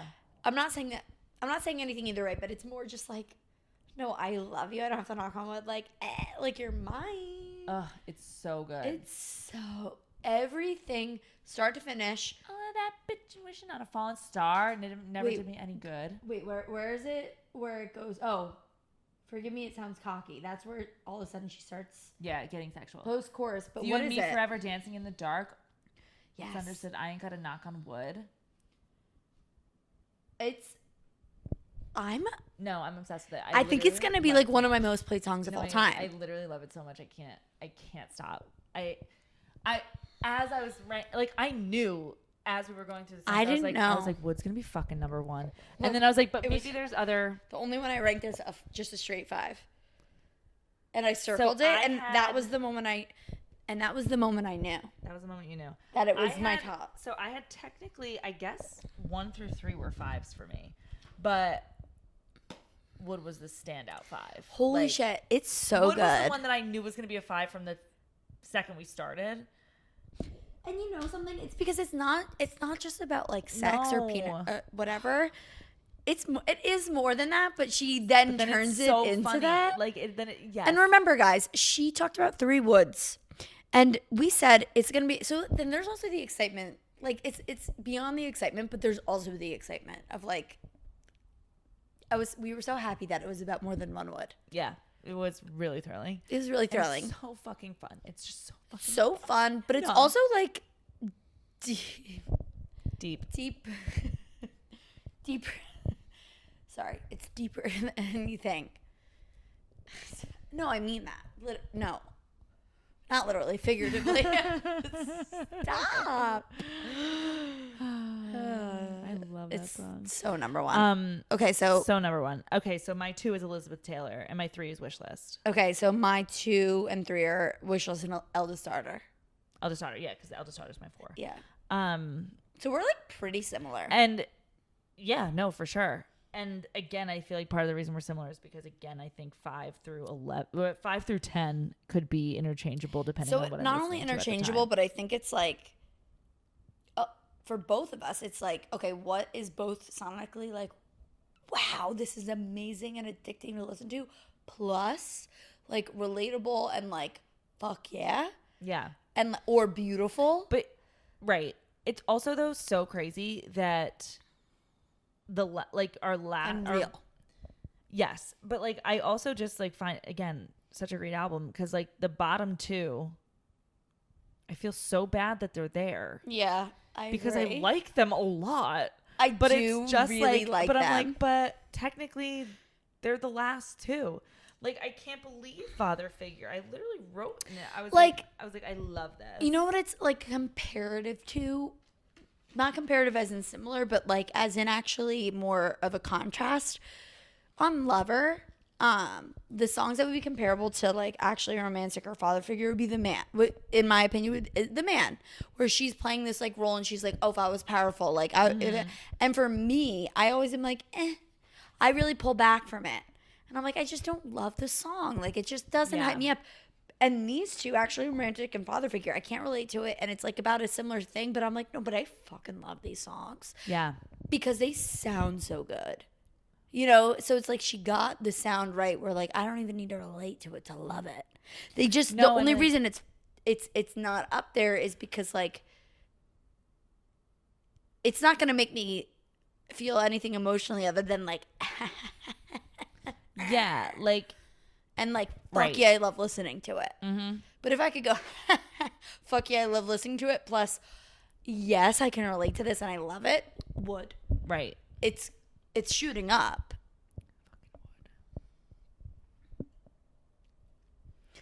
I literally can't believe wood. I can't believe we have I can't wait to continue to listen to this. I know. It's so amazing. And absorb it like on our own. Like we've really only absorbed it together. Yeah. And so like it's also interesting how we all consume music and differently and how that can affect things. But that's yeah. So like I'm so interested to hear in a couple months from now or a month from now if we want to do like how everybody feels about it. If we do a poll or whatever survey and if anything changes for us. I mean, of course it will. Maybe we'll be more settled on where things land. I don't think maybe. For me, like all the groupings, like yeah, maybe. But I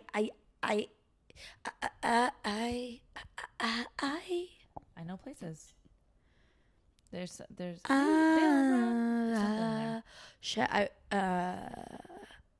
we'll do this personally and then maybe like chat about it. I wish we knew now, like the songs that we pulled from the lunchbox, the Fearless lunchbox, and we couldn't make sense of them. True. If they make sense now. We were supposed to do that, but whatever. I forgot to bring the lunchbox up in the cards, and I saw it, but there was a lot happening. God. This is a greatest show. That was the life of the showgirl. That was the life of the showgirl. And we showed you, girl. Yeah. Okay, like I hope you enjoyed. I hope you're all enjoying the album and I hope you listen to it for the rest of your lives. And I hope you like and subscribe and do all those fun things. For us. It's really cool. It doesn't do anything. We make no money, but no, we just do it for makes us feel happy. You know? It's just a good time. Okay. It's just a good time. So sorry. I think we accidentally did this for 3 hours. No. We started at 10:15. I'm so sorry. But here we are. Anyway, and forever we shall pick up your stuff. Because we're going to drop our now.